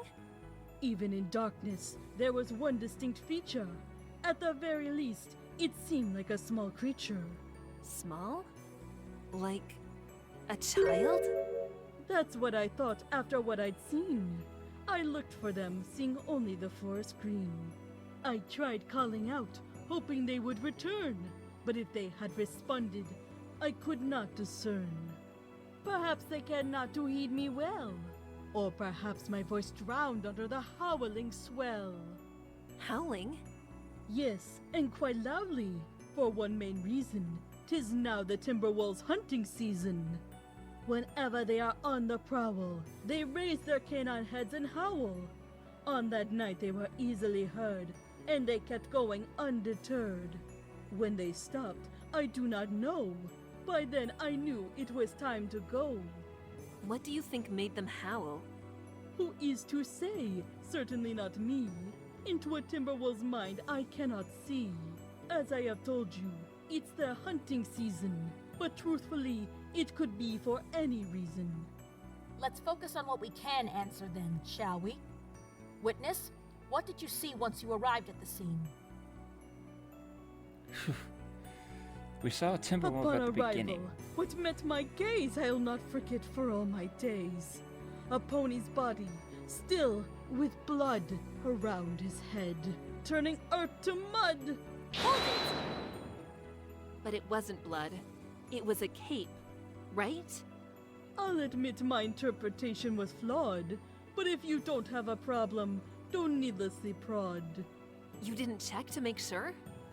When I came upon the former guard of the law, his stillness shocked me, not a breath did he draw.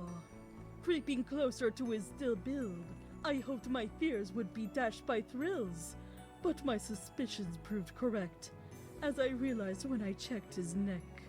No pulse of life-giving blood I found. He was as dead as winter's ground. And what did you do after that? That gruesome discovery sent me reeling and gave me a terrible, sickening feeling. The moment I reclaimed my head, I glanced about, filled with dread. There were still the children I needed to find, and their fates were plaguing my mind. Thankfully, as I looked around, no other bodies could be found. Merely a scooter and a wagon lay amidst the frightening horde display. There was no one nearby?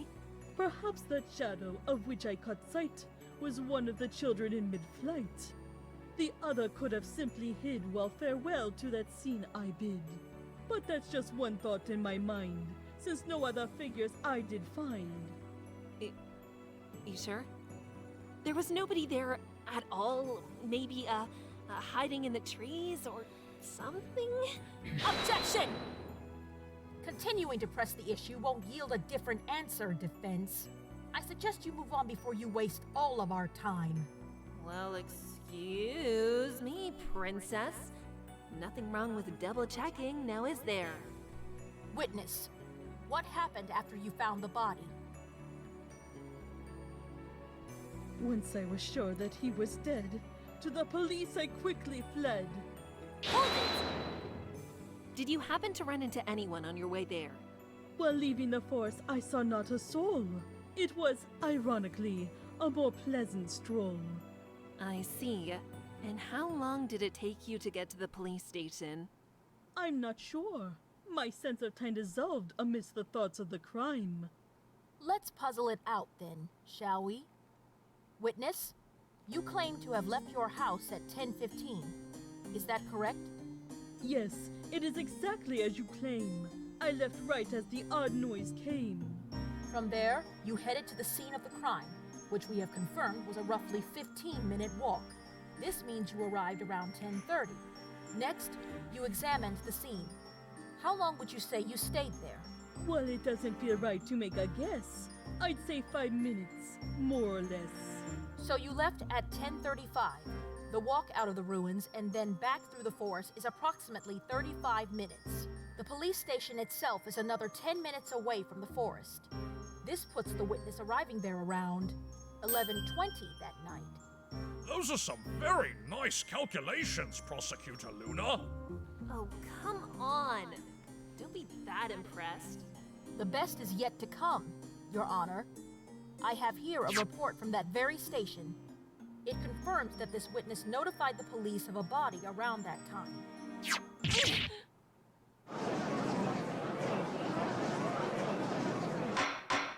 Order! Order! instead of casting doubt on her testimony, I just made it even more reliable. Come on. Oh, this is just hopeless. There's not a single contradiction.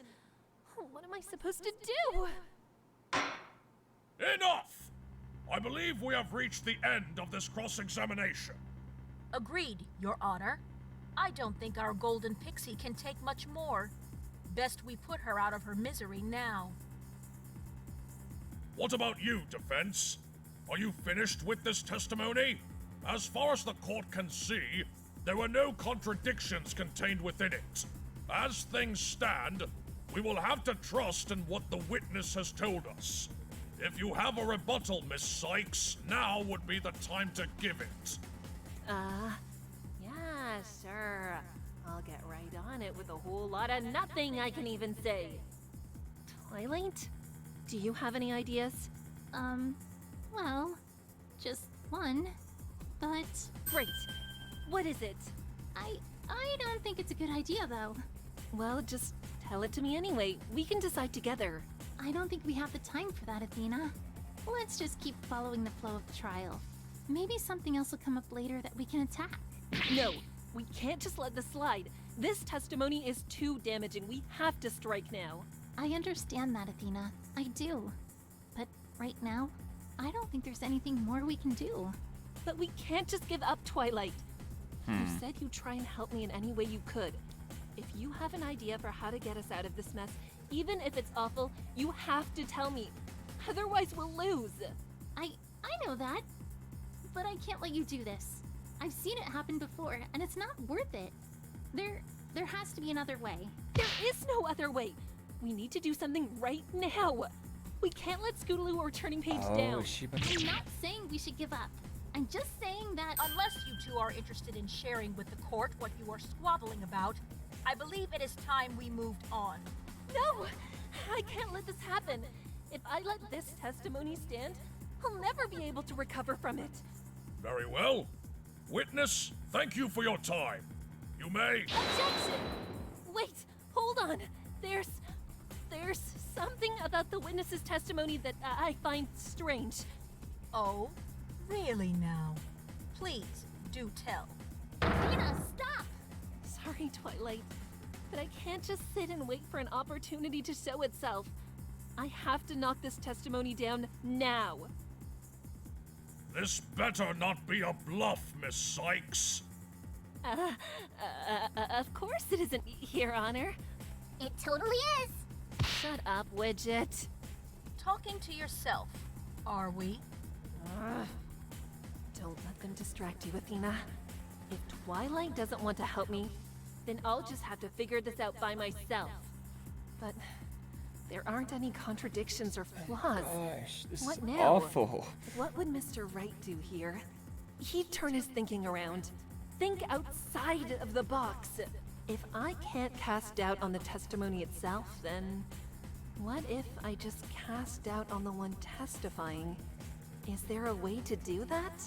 Miss Sykes, I've had enough of you wasting this court's time. Present your rebuttal, or let us move on. Yes, Your Honor. Here goes nothing. So, actually, the previous testimony didn't have any noticeable contradictions in it. What? But is that not what we've been saying this whole time? Yes, but, well, what if we think about this another way? Another way? Athena. According to the testimony, Zecora saw Scootaloo and Turning Page headed towards the crime scene. She heard a noise and headed there herself. On the way, she came across the two running away from the scene, and shortly afterwards, she arrived on the site. And right there, she found the dead body of one royal order. I see no point in us repeating all of this. Well, let's think about that last point for a minute. As we established earlier, the victim suffered both a blow to the side and a stab to the head. What's more, we know for a fact that after the victim was knocked to the ground, he managed to get back up again. Quite so. Our current theory is that Turning Page was the one who hit him, using his sword.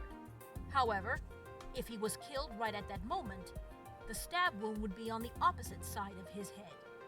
Therefore, he must have had an opportunity to stand upright before being stabbed and falling over again. Right. But as was pointed out earlier, Scootaloo could not have been the one to inflict the fatal wound. She can't fly, so she wouldn't have been able to stab Royal Order in the head after he stood up. Which leads us to the conclusion that it must have been Turning Page.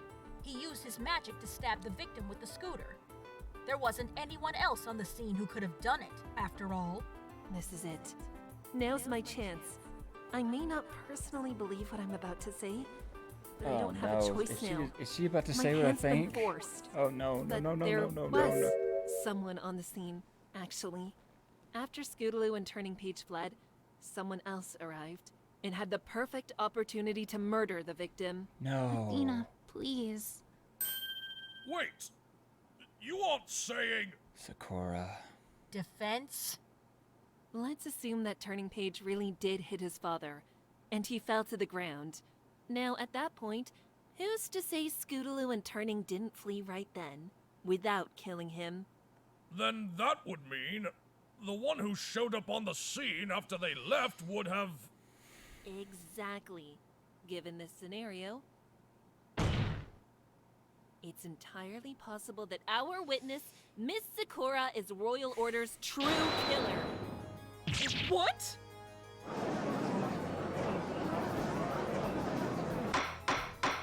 Order! Order in the court!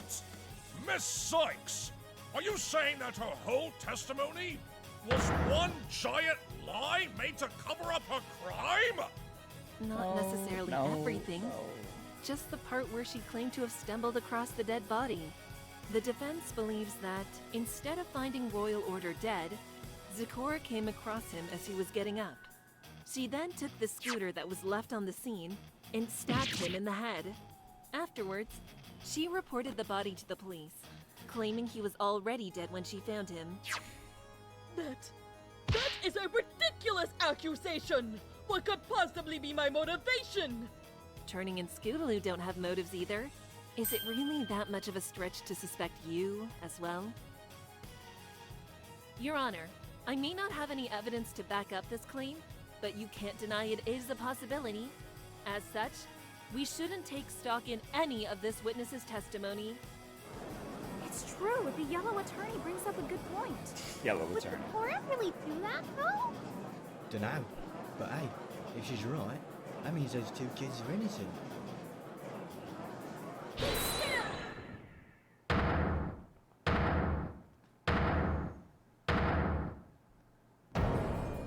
Oh You my. naive child!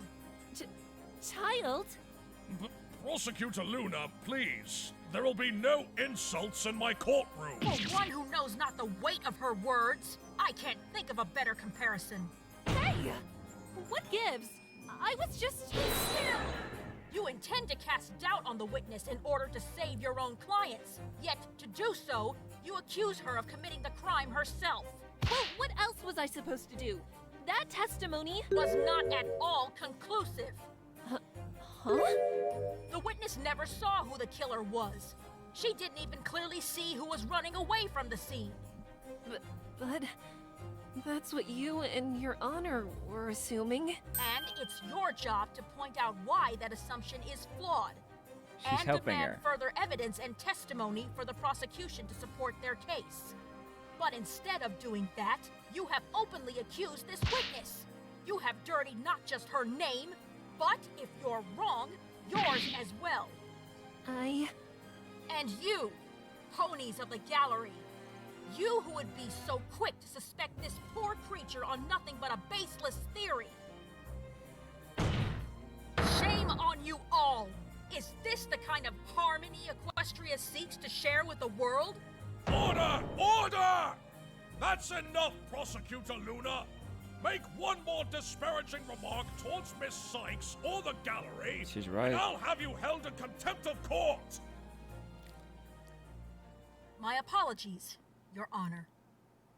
Say what you want, Prosecutor Luna, but my theory doesn't contradict any of the evidence or testimony presented in this trial.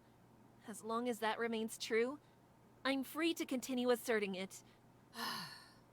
Very well. If that's the path you choose, so be it. I wonder if your co-counsel feels the same way, though. She does not. I'm sorry, Twilight, but it's too late for me to back down. Nevertheless, you shan't be relying on that theory for much longer. If I can't convince you to simply abandon it, then I'll just force you to go against it. What do you mean? Uh-oh. I don't like the sound of this. You mentioned motive a minute ago, did you not? The motive that Scootaloo and Turning Page lack? It's about time we discussed that, don't you think? So bring out that letter you received yesterday. Letter? The blackmail letter. I know you have it. Show it to the court. Now. Darn it. What does she know about the blackmail? Did Scootaloo or Turning tell her? Defense? What's this about a blackmail letter? Your Honor, it's this right here. Scootaloo and her friends, the Cutie Mark Crusaders, received it yesterday afternoon. Their scooter, wagon, and capes were all stolen by Sun Pony. To get them back, they'd have to bring the blackmailer a roll of golden silk. Those items all sound familiar. They should, Your Honor. All of these items were accounted for at the crime scene. You're right. But why would that be? Read the letter yourself, and I'm sure you'll figure it out. Oh! The location of the blackmail. It's the same place where the murder occurred. Precisely, Your Honor. Now, we finally know why the defendants were in the forest in the first place. They went to settle this deal with their blackmailer. I see. And I guess this would mean Turning Page is a member of these Cutie Mark Crusaders? Not exactly, Your Honor. The two had met for the first time earlier that day. They became quick friends over the course of an afternoon. But then, why did Mr. Page get involved with the blackmail? During her interrogation, the defendant, Scootaloo, mentioned that she was backed into a corner when her friends decided against following the orders they were given. She decided, instead, to ask her newfound friend, Turning Page, to help her retrieve what had been taken. The two conspired to break into and steal from Carousel Boutique in order to acquire the golden silk the blackmailer asked for. These two kids broke into a store? Oh, this doesn't look good. After acquiring the fabric, they proceeded to enter the forest and made their way to the scene where the blackmailer was waiting. And this blackmailer, who were they? I can answer that, Your Honor. The defense believes they were two fillies named Diamond Tiara and Silver Spoon. Diamond Tiara and Silver Spoon? An infamous pair of bullies whom the Crusaders are unfortunately well acquainted with. They constantly harass the group for not having their cutie marks yet, calling them names like Blank Flanks. Bullies? How awful! Let me speak with them. There'll be no bullying on my watch. You seem pretty content watching me get insulted, though. There's more, Your Honor. You see, yesterday when we spoke to Scootaloo at the detention center, we learned that an altercation between the Crusaders and these bullies occurred on the day of the murder. During that exchange, Turning Page came to their aid and chased the bullies off. This was where Scootaloo and Turning Page first met, and later, spent time getting to know each other. And I assume this is somehow related to the blackmail letter? Precisely, Your Honor. The two fillies were angry that their encounter with the Crusaders ended with them getting told off, so they blackmailed them in retaliation. If you look at the top of the letter, you'll see that it begins with, "Hey there, Blank Flanks." The only ponies who would address the Crusaders as such are these bullies. This serves as definitive proof that the ponies who wrote the blackmail letter are none other than Diamond Tiara and Silver Spoon. Objection! Unfortunately, defense, that is not a wholly concrete possibility. Huh? But The insult could easily be a red herring by the author of the note. These fillies are not the only ones who are aware of that particular taunt. After all, if these fillies are as infamous as you say they are, then any pony familiar with them would know that they are fond of the term blank flank. It's hardly proof, defense. Suppose Your Honor began to refer to you as Golden Pixie. Would that make him me? Well, would it, Golden Pixie? I very much would not mind being considered a princess, you know. I'd rather not answer that, Your Honor. But now, let us turn our attention to the letter itself. I'm sure everyone can see that this note is written entirely in letters cut out from a magazine. As a result, it is impossible to perform any sort of writing analysis. However, that doesn't mean we can't prove who the author of this note is. Oh? How? If we could find the magazines that these letters were cut out from, it'd be a simple matter of matching the cuts on the letters to the holes in the magazines. Yeah, but we don't have those magazines. Are you sure about that? Are those? I have here 2 magazines with several letters cut out from many different pages.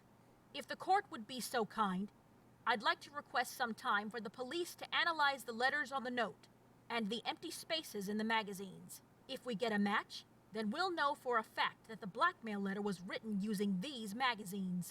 Very well. The court grants the prosecution's request. Private Eye? Yes, my lord. Please take this letter and these magazines and have an analysis performed. Try to have it done in 30 minutes if you can. Certainly, my lord.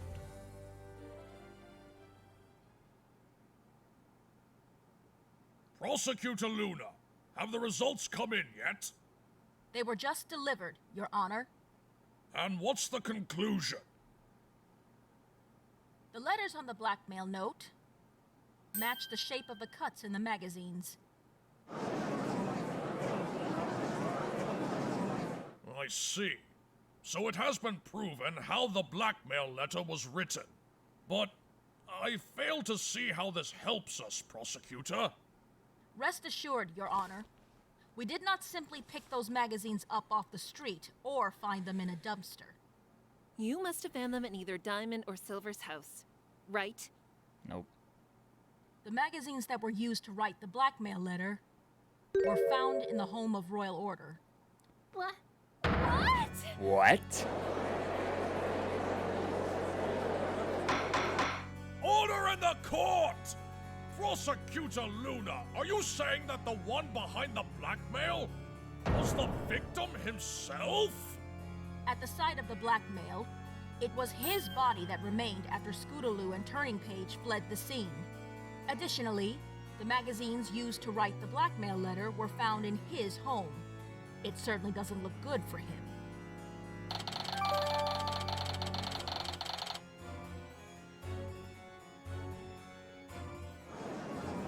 How? Remember the Royal Guard was a blackmailer? No. Can't believe it. No. I won't believe it. But if you think about it, it does seem to line up. I don't know. Objection! Prosecutor Luna, you can't seriously be suggesting that No. Royal Order is the blackmailer. It doesn't make any sense. What do you mean by that, Princess Twilight? Royal Order was in Canterlot on the eve of the murder. He would not have been able to steal the Crusaders' belongings, nor send them the blackmail letter. Those events transpired much earlier in the day. Don't say Unless it was the turning. prosecution can explain how he absconded with the Crusaders' things while in Canterlot, it's impossible for him to be the blackmailer. Is that so? Well, Don't say it was turning. Prosecutor Luna, Don't do what it. do you say to that? The defense is, of course, correct, Your Honor.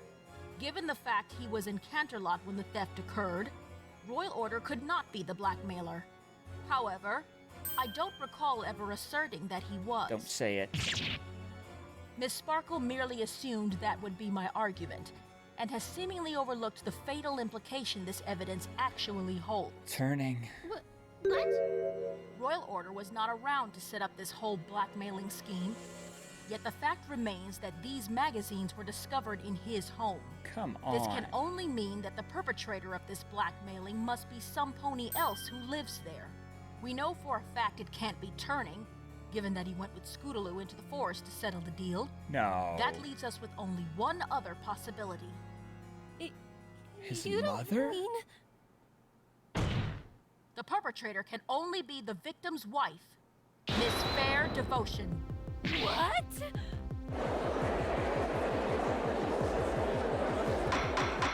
Order! Order in the court! What? Prosecutor Luna, are you sure? That's the defendant's own mother! I am, Your Honor, as much as it pains me to say. But remember, Turning Page was not the target of the blackmail. The Crusaders, and by extension Scootaloo, were. Turning simply accompanied her into the forest. In which case, it's not so unthinkable that his mother could very well have been behind the whole thing. Why? Objection! This is ridiculous. Why would Miss Devotion want to blackmail the Crusaders? Because she needed to.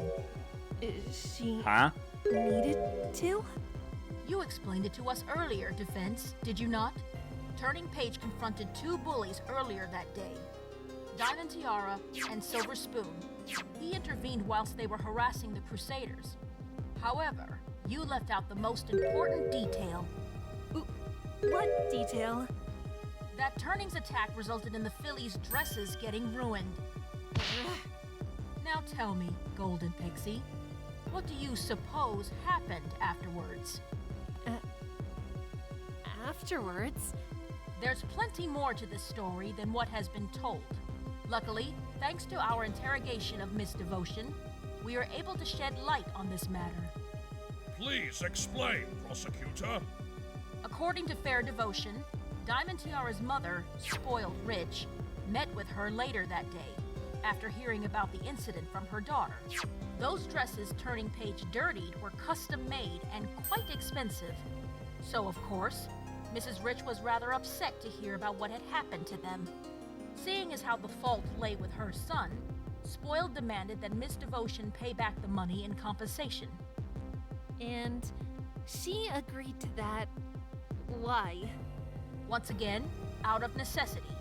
Mrs. Rich happens to be the president of the Ponyville School Board. Miss Devotion feared that, if she didn't agree, Mrs. Rich would ensure that she would never work at the school again. Then she'd be correct. Horrible.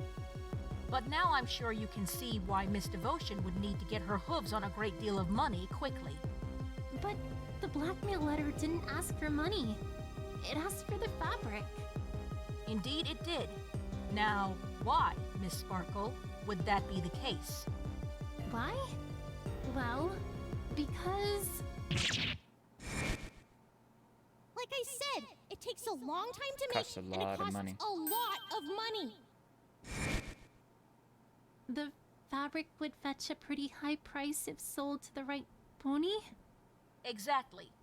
The value of that golden silk was brought up during the fight between the kids.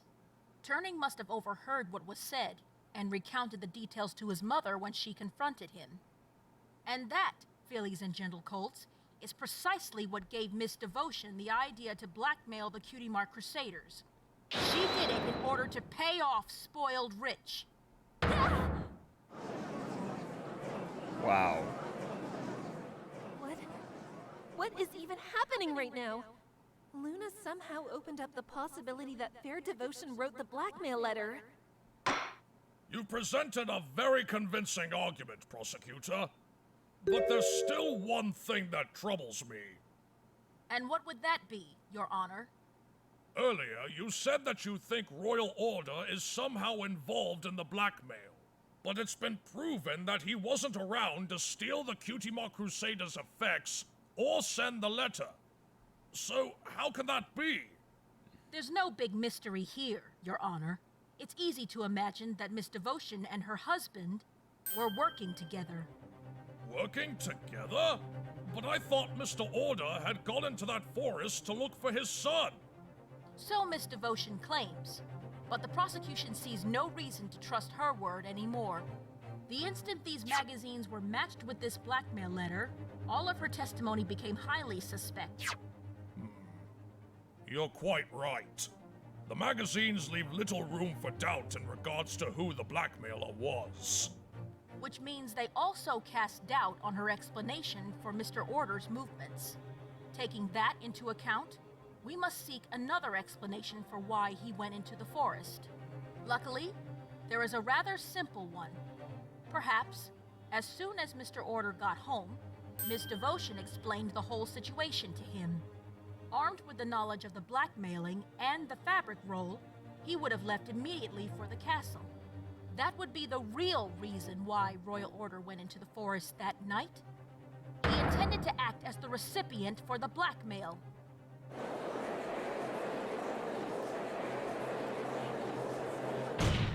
And thus, we arrive at the heart of the matter, the motive for the murder. I don't think we could ever truly know what happened at the foot of the bridge that night. However, if Mr. Order was the recipient for the exchange, then we can make a few inferences. It could be as simple as the negotiations going sour, or it could be that learning what his father was doing infuriated Turning to the point of attacking him. Whichever scenario you choose, the basic facts remain the same. Royal Order was present at the scene of the blackmail and died there, murdered. The only ones who could have done it are the only two who were at the scene at the time, Scootaloo and Turning Page. However, as the defense has previously demonstrated, it'd be rather difficult for Scootaloo to be involved in this crime, given her inability to fly and the fact that the victim was killed while standing. Therefore, the prosecution is willing to cut the defense a deal here. No. What is it? Nope. Concede that Turning Page is guilty of murdering his father, and will be willing to let Scootaloo off without a single charge. The choice is yours, Golden Pixie. Hold it!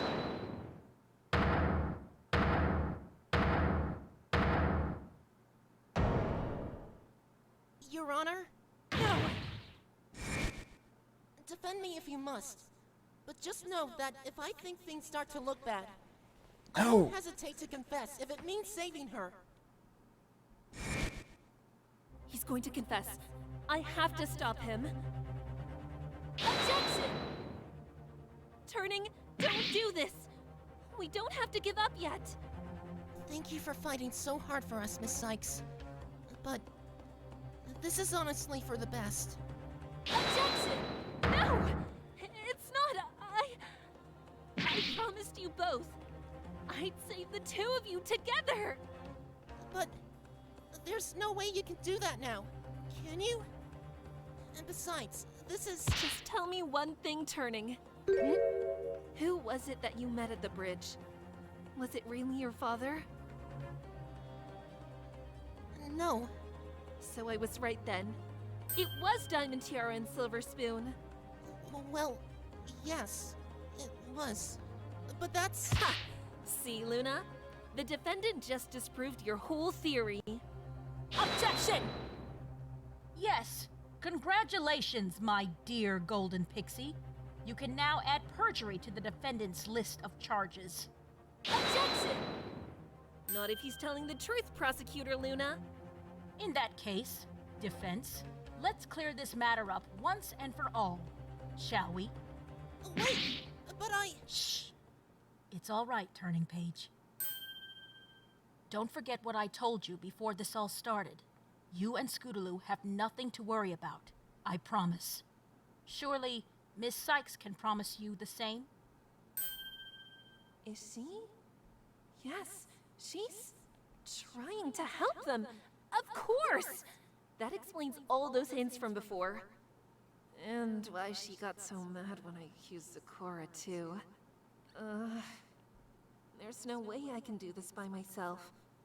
She wants to help, and I need it. Accidenti! I'm never gonna get any better if I keep getting bailed out like this! But I need to do something! Just this once, okay? Just this once. Yes, Prosecutor Luna. I can indeed. Glad to see we're on the same page, then. All right. Go ahead, Miss Sykes. Thank you, Turning. I'm not quite sure I understand what just happened. Then allow me to summarize for you, Your Honor. The prosecution claims that the orchestrator of the blackmailing deal was Fair Devotion. We claim this because of the magazines found in her home. These, as previously proven, were used to create the blackmail letter. We also claim that Miss Devotion sent her husband, Royal Order, to the scene for the exchange. He was subsequently killed by one or both of the ponies who arrived to settle the deal, Scootaloo and Turning Page. Meanwhile, the defense claims that the orchestrators of the blackmail were two fillies the Cutie Mark Crusaders had encountered earlier in the day, Diamond Tiara and Silver Spoon. Their main evidence is what Turning has just said, that the ponies he and Scootaloo met at the bridge that night were, in fact, Diamond Tiara and Silver Spoon. Defense, I hardly need to explain to you that testimony from the defendant is not entirely reliable, do I? Not at all, Prosecutor Luna. Then, by all means, do prove it to us. Prove that the one the defendants met at the crime scene was not Royal Order, but instead, those two fillies.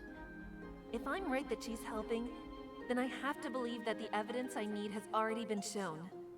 Unfortunately, all of the evidence relating to the blackmail seems to point directly at Miss Devotion.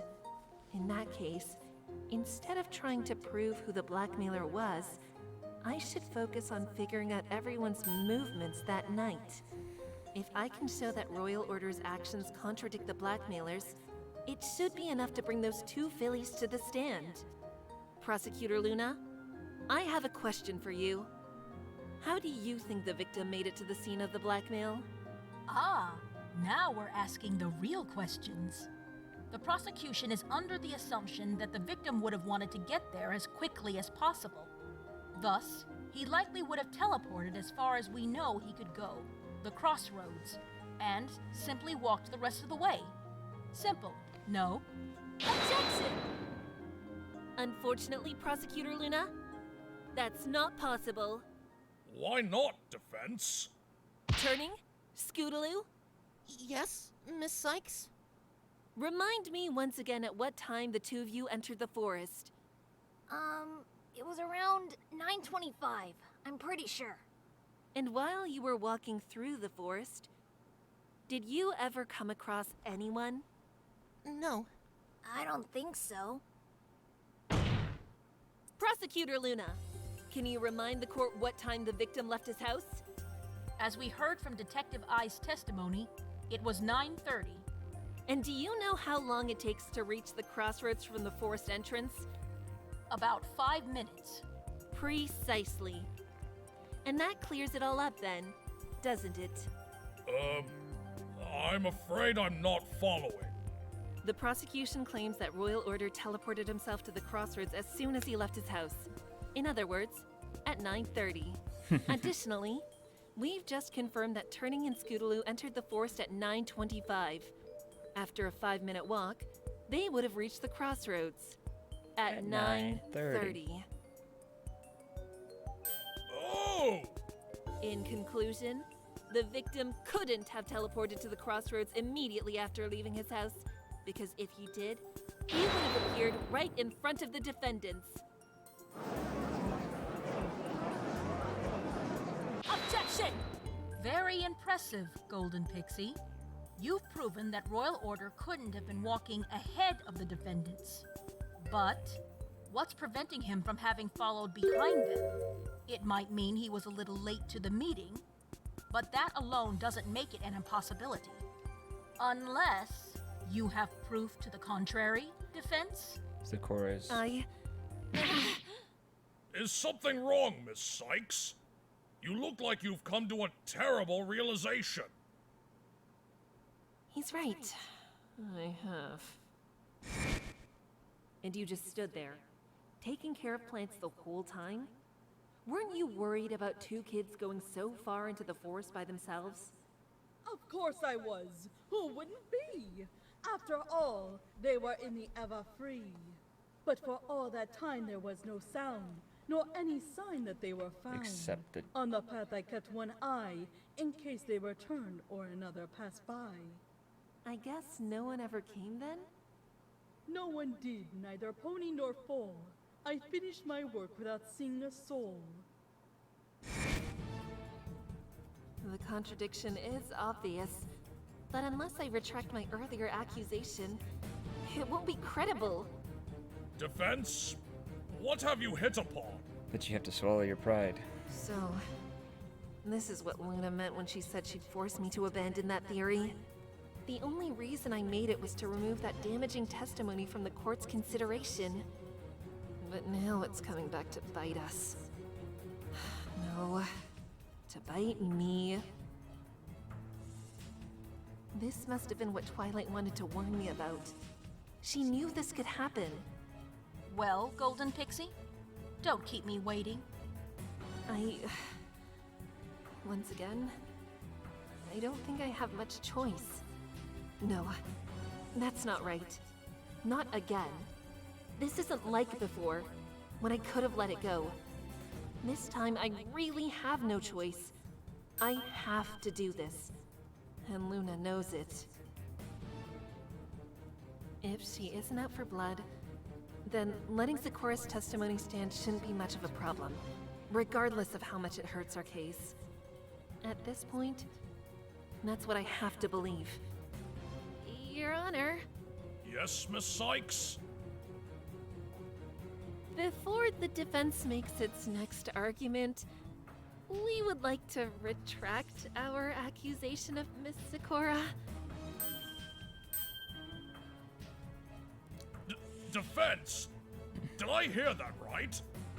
You wish to retract your accusation? Yes, Your Honor.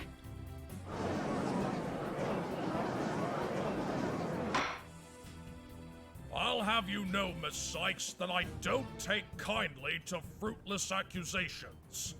I'm afraid I'll have to hold you in contempt of court as punishment. Contempt! Objection! The prosecution objects to the defense being held in contempt. You do? We can see that our opponent is merely a fledgling attorney, still trying to find her footing. Such inexperience can easily lead to impulsive decisions. Prosecutor Luna. Even so, in this line of work, such actions cannot be overlooked, Prosecutor Luna. They could easily lead to the destruction of an innocent life. As such, I feel punishment is necessary here. I understand, Your Honor. In that case, why don't we leave that decision up to the one whose life was targeted? If she wishes for the defense to be punished, then the prosecution will stand down. Very well. Witness, what do you say? It's all right, Miss Zecora. You don't have to say anything. If you want to see me get punished, I won't blame you. What I did was rash and dumb. I'm just really new at this.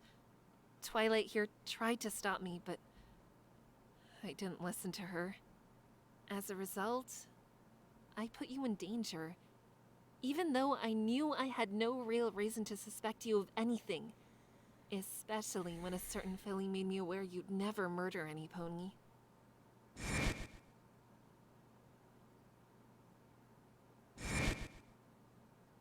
I can't expect you to forgive me, but I just wanted the chance to say I'm sorry.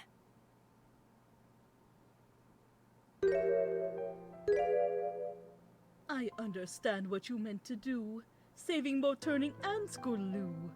While your accusation has hurt my pride, I, for one, will take it in stride. You and I desire the same, you see, to see those two young defendants set free. You evidently still have much to learn, but punishment from me you have not earned. Oh, thank you. Thank you, Zecora. The court acknowledges the witness's decision. The defense shall not be held in contempt. However, Miss Sykes, I better not see any more rash accusations come from you again. If I do, you will be penalized and held in contempt, regardless of what the prosecution or witnesses may say. Understood, Your Honor. I'm glad we've cleared up that matter. So now let's return to the topic at hoof. The prosecution still believes that Royal Order was the recipient for the blackmail exchange. The defense has proven, however, that he could not have arrived at the scene prior to the defendants. Our amended theory is that he followed behind the children as they made their way through the forest.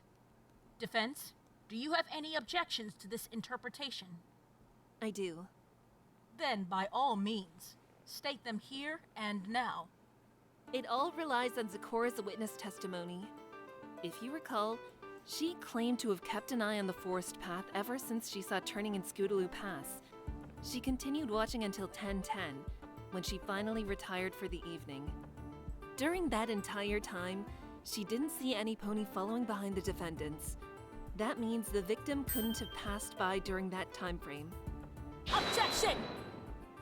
Need I suggest the obvious? Mr. Order could have easily waited until Zecora had stopped watching the path before continuing onwards.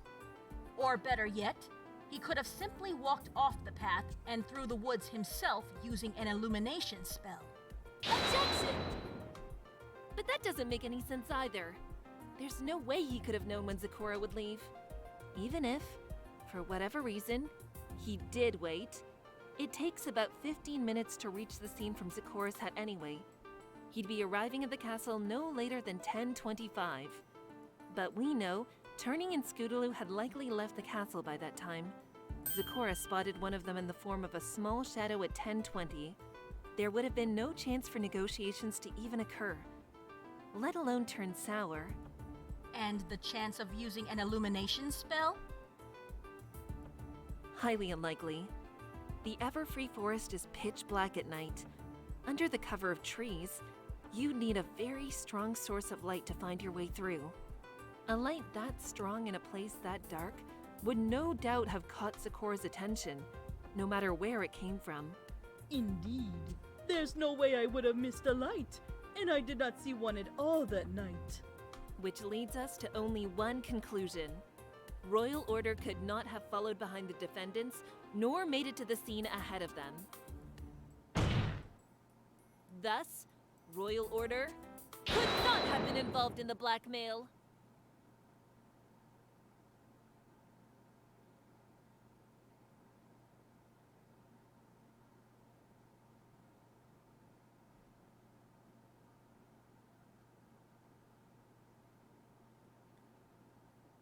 And now what's Luna's gonna say? And with that, any motive for murder has completely disappeared. Indeed. It would seem as if the prosecution's proposal no longer holds water.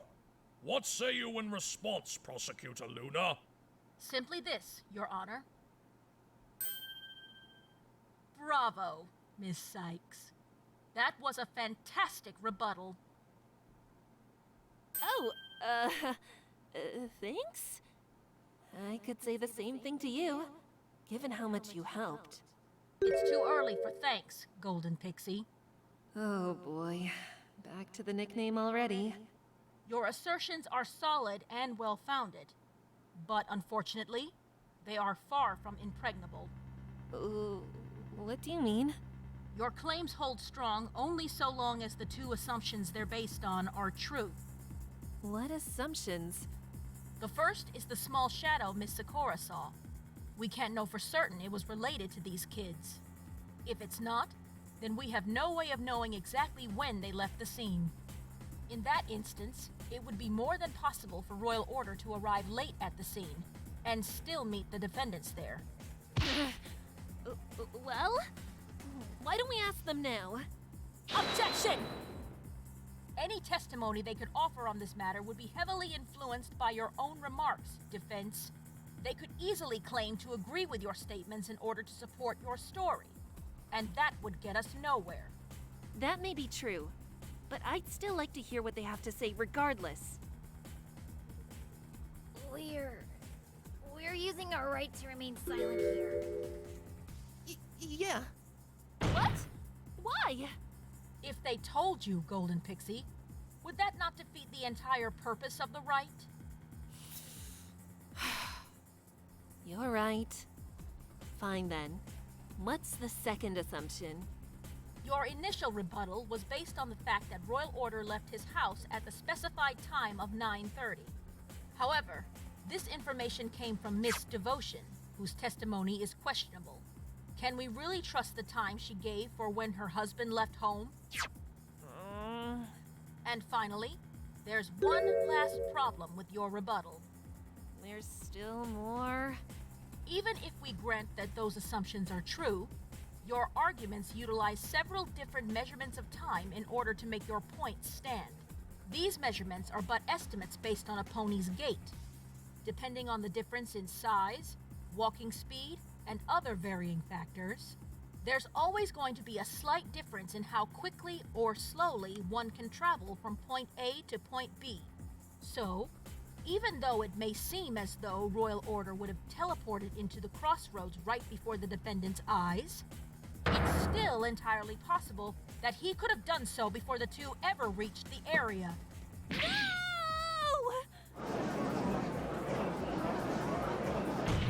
So what's your next move going to be, defense?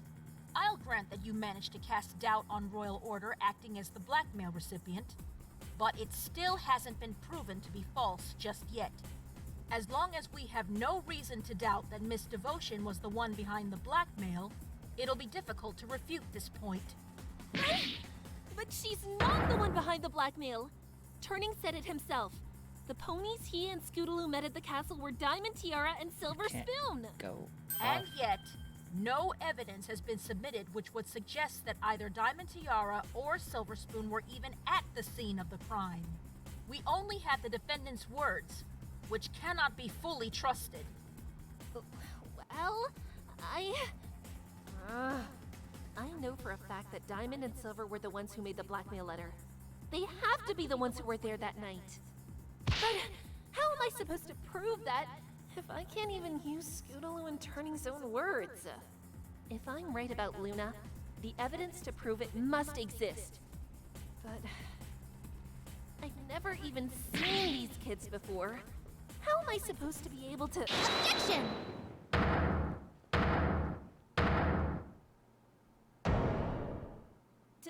Twilight? You're right, Prosecutor Luna. Looking through the evidence, there's nothing that can yet prove our claim, which is why the defense is prepared to submit new evidence. You are? We are, Athena. Twilight. Then by all means, please present this evidence to us, Miss Sparkle. Gladly, Your Honor.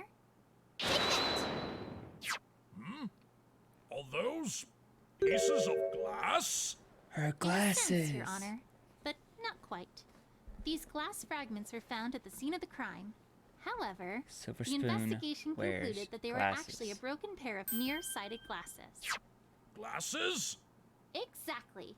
Now, if you run through the profiles of every single pony involved in this case so far, you'll notice that they all share a distinct characteristic. Not a single one of them wears glasses. What? Prosecutor Luna, is this true? It is, Your Honor.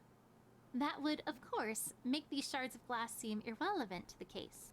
However, if we take into account Diamond Tiara and Silver Spoon, then the story changes. For you see, one of them does wear glasses on a regular basis. Silver Spoon. What?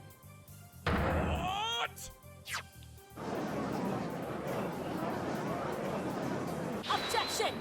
Many ponies wear glasses, Miss Sparkle. So I'm afraid that alone isn't enough to substantiate your claim. Do you have any proof that those shards of glass are from Miss Spoon's glasses specifically? Unfortunately, I don't. But it shouldn't be hard to figure out what the prescribed measurements of her glasses are. All we need to do is hear from her optometrist, and then we— Objection! You wish to invade a child's privacy on nothing but an educated guess? You have no proof that these glasses were even broken on the night of the murder. For all you know, They could have been broken the day before, or the day before that. If you want us to collect a statement from the doctor, you'll first need to show us that those shards are, beyond reasonable doubt, related to the crime in question. Very well. I'll do just that. Athena? So much for no more getting bailed out. Twilight's doing all the work for us. If I hadn't jumped the gun with accusing Oh Zora... my gosh. Athena? Yeah? We're going to have to make a gamble here. What do you mean? Apart from hearing from Turning and Scootaloo, there's only one way we can prove when those glasses were broken. Seeing how Luna won't accept either of their words, our only hope is that she can recall in enough detail what she saw that day. She... You mean... Yes, but before I do this, I just want to make sure you're okay with it. At this point, you seem to know far better than me how to handle this. Go ahead. Defense!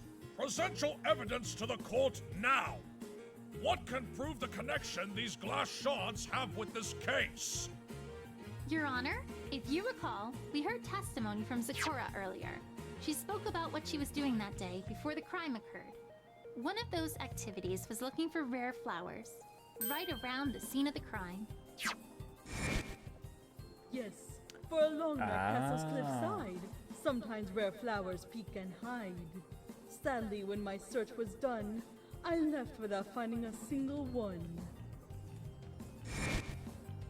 Yes, I do remember that. But what significance does that have here? If Zecora had gone to the scene earlier that day, then she might be able to confirm for us whether or not the shards in question were present at the time. Oh, that's right! So, Zecora, can you confirm for us? The glass shards in the picture here. Were they there when you went to the scene that day? How funny you bring this up to me.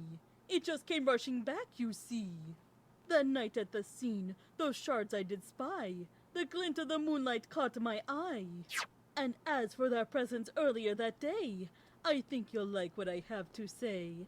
Because as far as I can recall...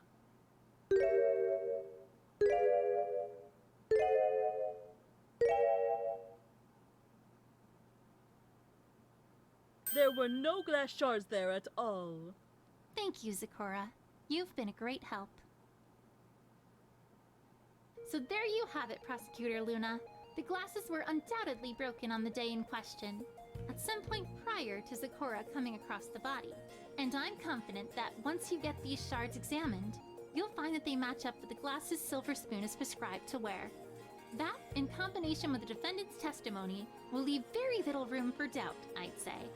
It'll prove conclusively that both Silver Spoon and Diamond Tiara were at the scene that very night. I concur with Princess Twilight. Prosecutor Luna, what are your thoughts? The prosecution concedes that the glasses prove exactly what the defense claims. You do? There is, however, one final question I must ask. Oh no. And what would that be? Does your stance in regards to why these two would have been in the forest that night remain unchanged? The evidence speaks for itself. The one who orchestrated this blackmail was Fair Devotion. It's possible you may have proven that Diamond Tiara and Silver Spoon were at the scene, but do you still claim that they were the blackmailers, even in the face of evidence? Yes, that's a very good question. Defense, do you have an answer? What do you think, Athena? What? Me? Twilight, I'm not even sure I should say anything at this point. I've already messed up once before, making claims that I couldn't back up. True, but this is different from then. We have a footing now, one backed up by our own evidence. Regardless of how this trial has gone so far for us, I think we're finally getting somewhere. I think this is our chance to make up for our mistakes. You mean my mistakes? But Twilight... Athena! I know you feel like you messed up, but that doesn't matter right now. I took a huge gamble with objecting earlier, but I did that because I trusted you could back me up if I needed you to. Yes, you accused Sakura, but we can't let that stop us. We've got one chance to bring those fillies to the stand. We have to take it. Twilight, even after what I did, you still believe in me? Yes. Yes. Twilight just paved the way for us to make our comeback. Yes. Even if the evidence is stacked against us, we have to take a chance here. Together. Miss Sykes! Princess Twilight! Yes? Do you, or do you not, still assert that Miss Tiara and Miss Spoon were the ones behind the blackmailing? Ready, Athena? I hope so. The Golden Pixie is back from her sulking journey, I see. Let us hear this final answer, then. The defense? The defense still believes that Diamond Tiara and Silver Spoon were the ones who blackmailed the Cutie Mark Crusaders. Objection! And how do you expect that claim to hold, Golden Pixie? The evidence has clearly established that Fair Devotion is the only one who could have been the blackmailer. The magazines found in her home are conclusive to this fact. That is true. However, what if that very fact is nothing short of the true author's trap? You're claiming that us finding the magazines in Miss Devotion's household was something that the true blackmailer set up? And where's your evidence? Of course. The glass shards.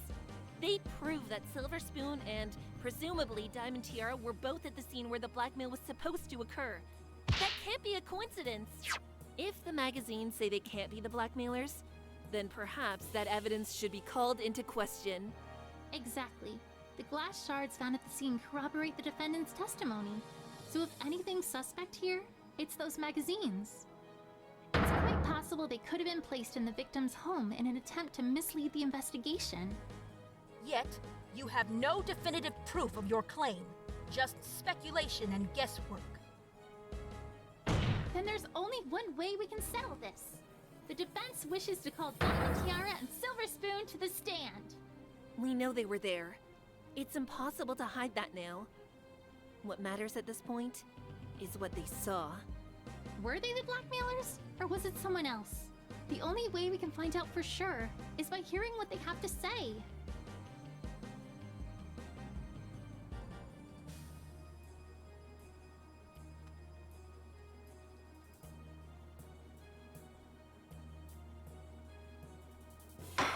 Allow me to give my thoughts on the matter. The prosecution has given us a very convincing case with only the slightest room for doubt. However, given the potential that there were additional witnesses to the crime that we have yet to hear from, I do not feel it is right for me to give a verdict at this time. Prosecutor Luna, what say you? I wholeheartedly agree, Your Honor. The defense has pointed out an interesting conundrum. By all accounts, it should be impossible for Diamond Tiara and Silver Spoon to be the perpetrators of this blackmail. However, it was their effects that were found at the blackmail site, which would lead one to believe that they were involved. This contradiction cannot go unresolved. Therefore, the prosecution concedes to the defense's request. Very well. This court will now enter a 30-minute recess. During that time, I expect the prosecution to obtain the results on those glass shards and find out if they match the prescription of the filly Silver Spoon. If by chance they do, the court demands that she and Diamond Tiara are summoned here immediately to give testimony. That last bit will be entirely unnecessary, Your Honor. After all, the two of them are already sitting in the witness lobby, waiting to be summoned to the stand. Very well. Court is now adjourned. He was helping her the entire time.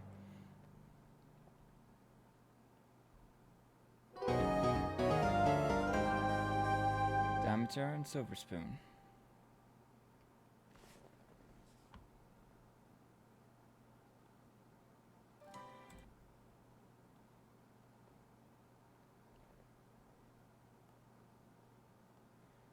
I am muting this because I got claimed on it last time. It's hilarious. It doesn't look like there is a end credit scene on this one.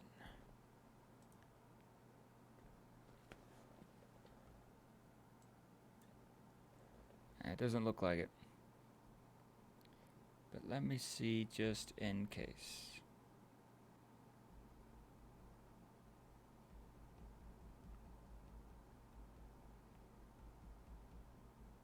There is not. This one is the final episode of Case. This one was literally put out 2 weeks ago, I think. See, let me see. When was this put out? It's January 30th, and it is now February 19th. Yeah. It was put out about 3 weeks ago.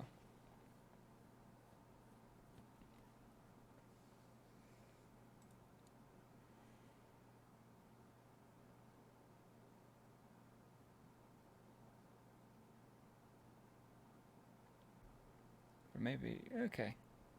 Alright, so gonna watch that one after I get back.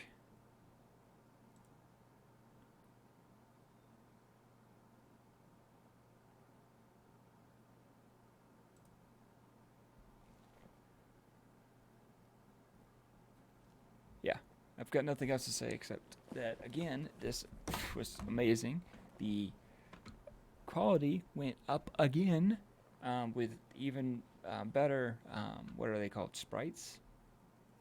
Vectors, I think? They're called vectors, I'm pretty sure, of the Wrights, Phoenix Wright, Apollo, Trucy, and Athena.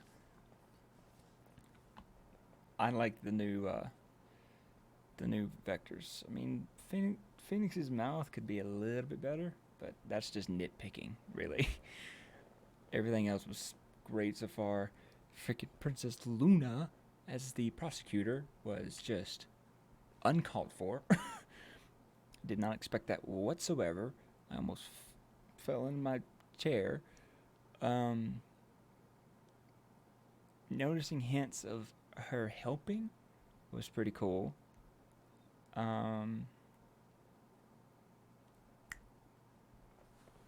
Yeah, I've got nothing else to say about this. This is a great episode, and I really don't need to ramble on because it's already freaking midnight. I really shouldn't have stayed up and watched this, but I had to. I really had to. Okay, so by what I'm doing now, it's looking like it's not going to be able to be uploaded. The first episode was up. Second episode was uploaded. Should have been. Hang on, let me actually see if that was. Yes. No.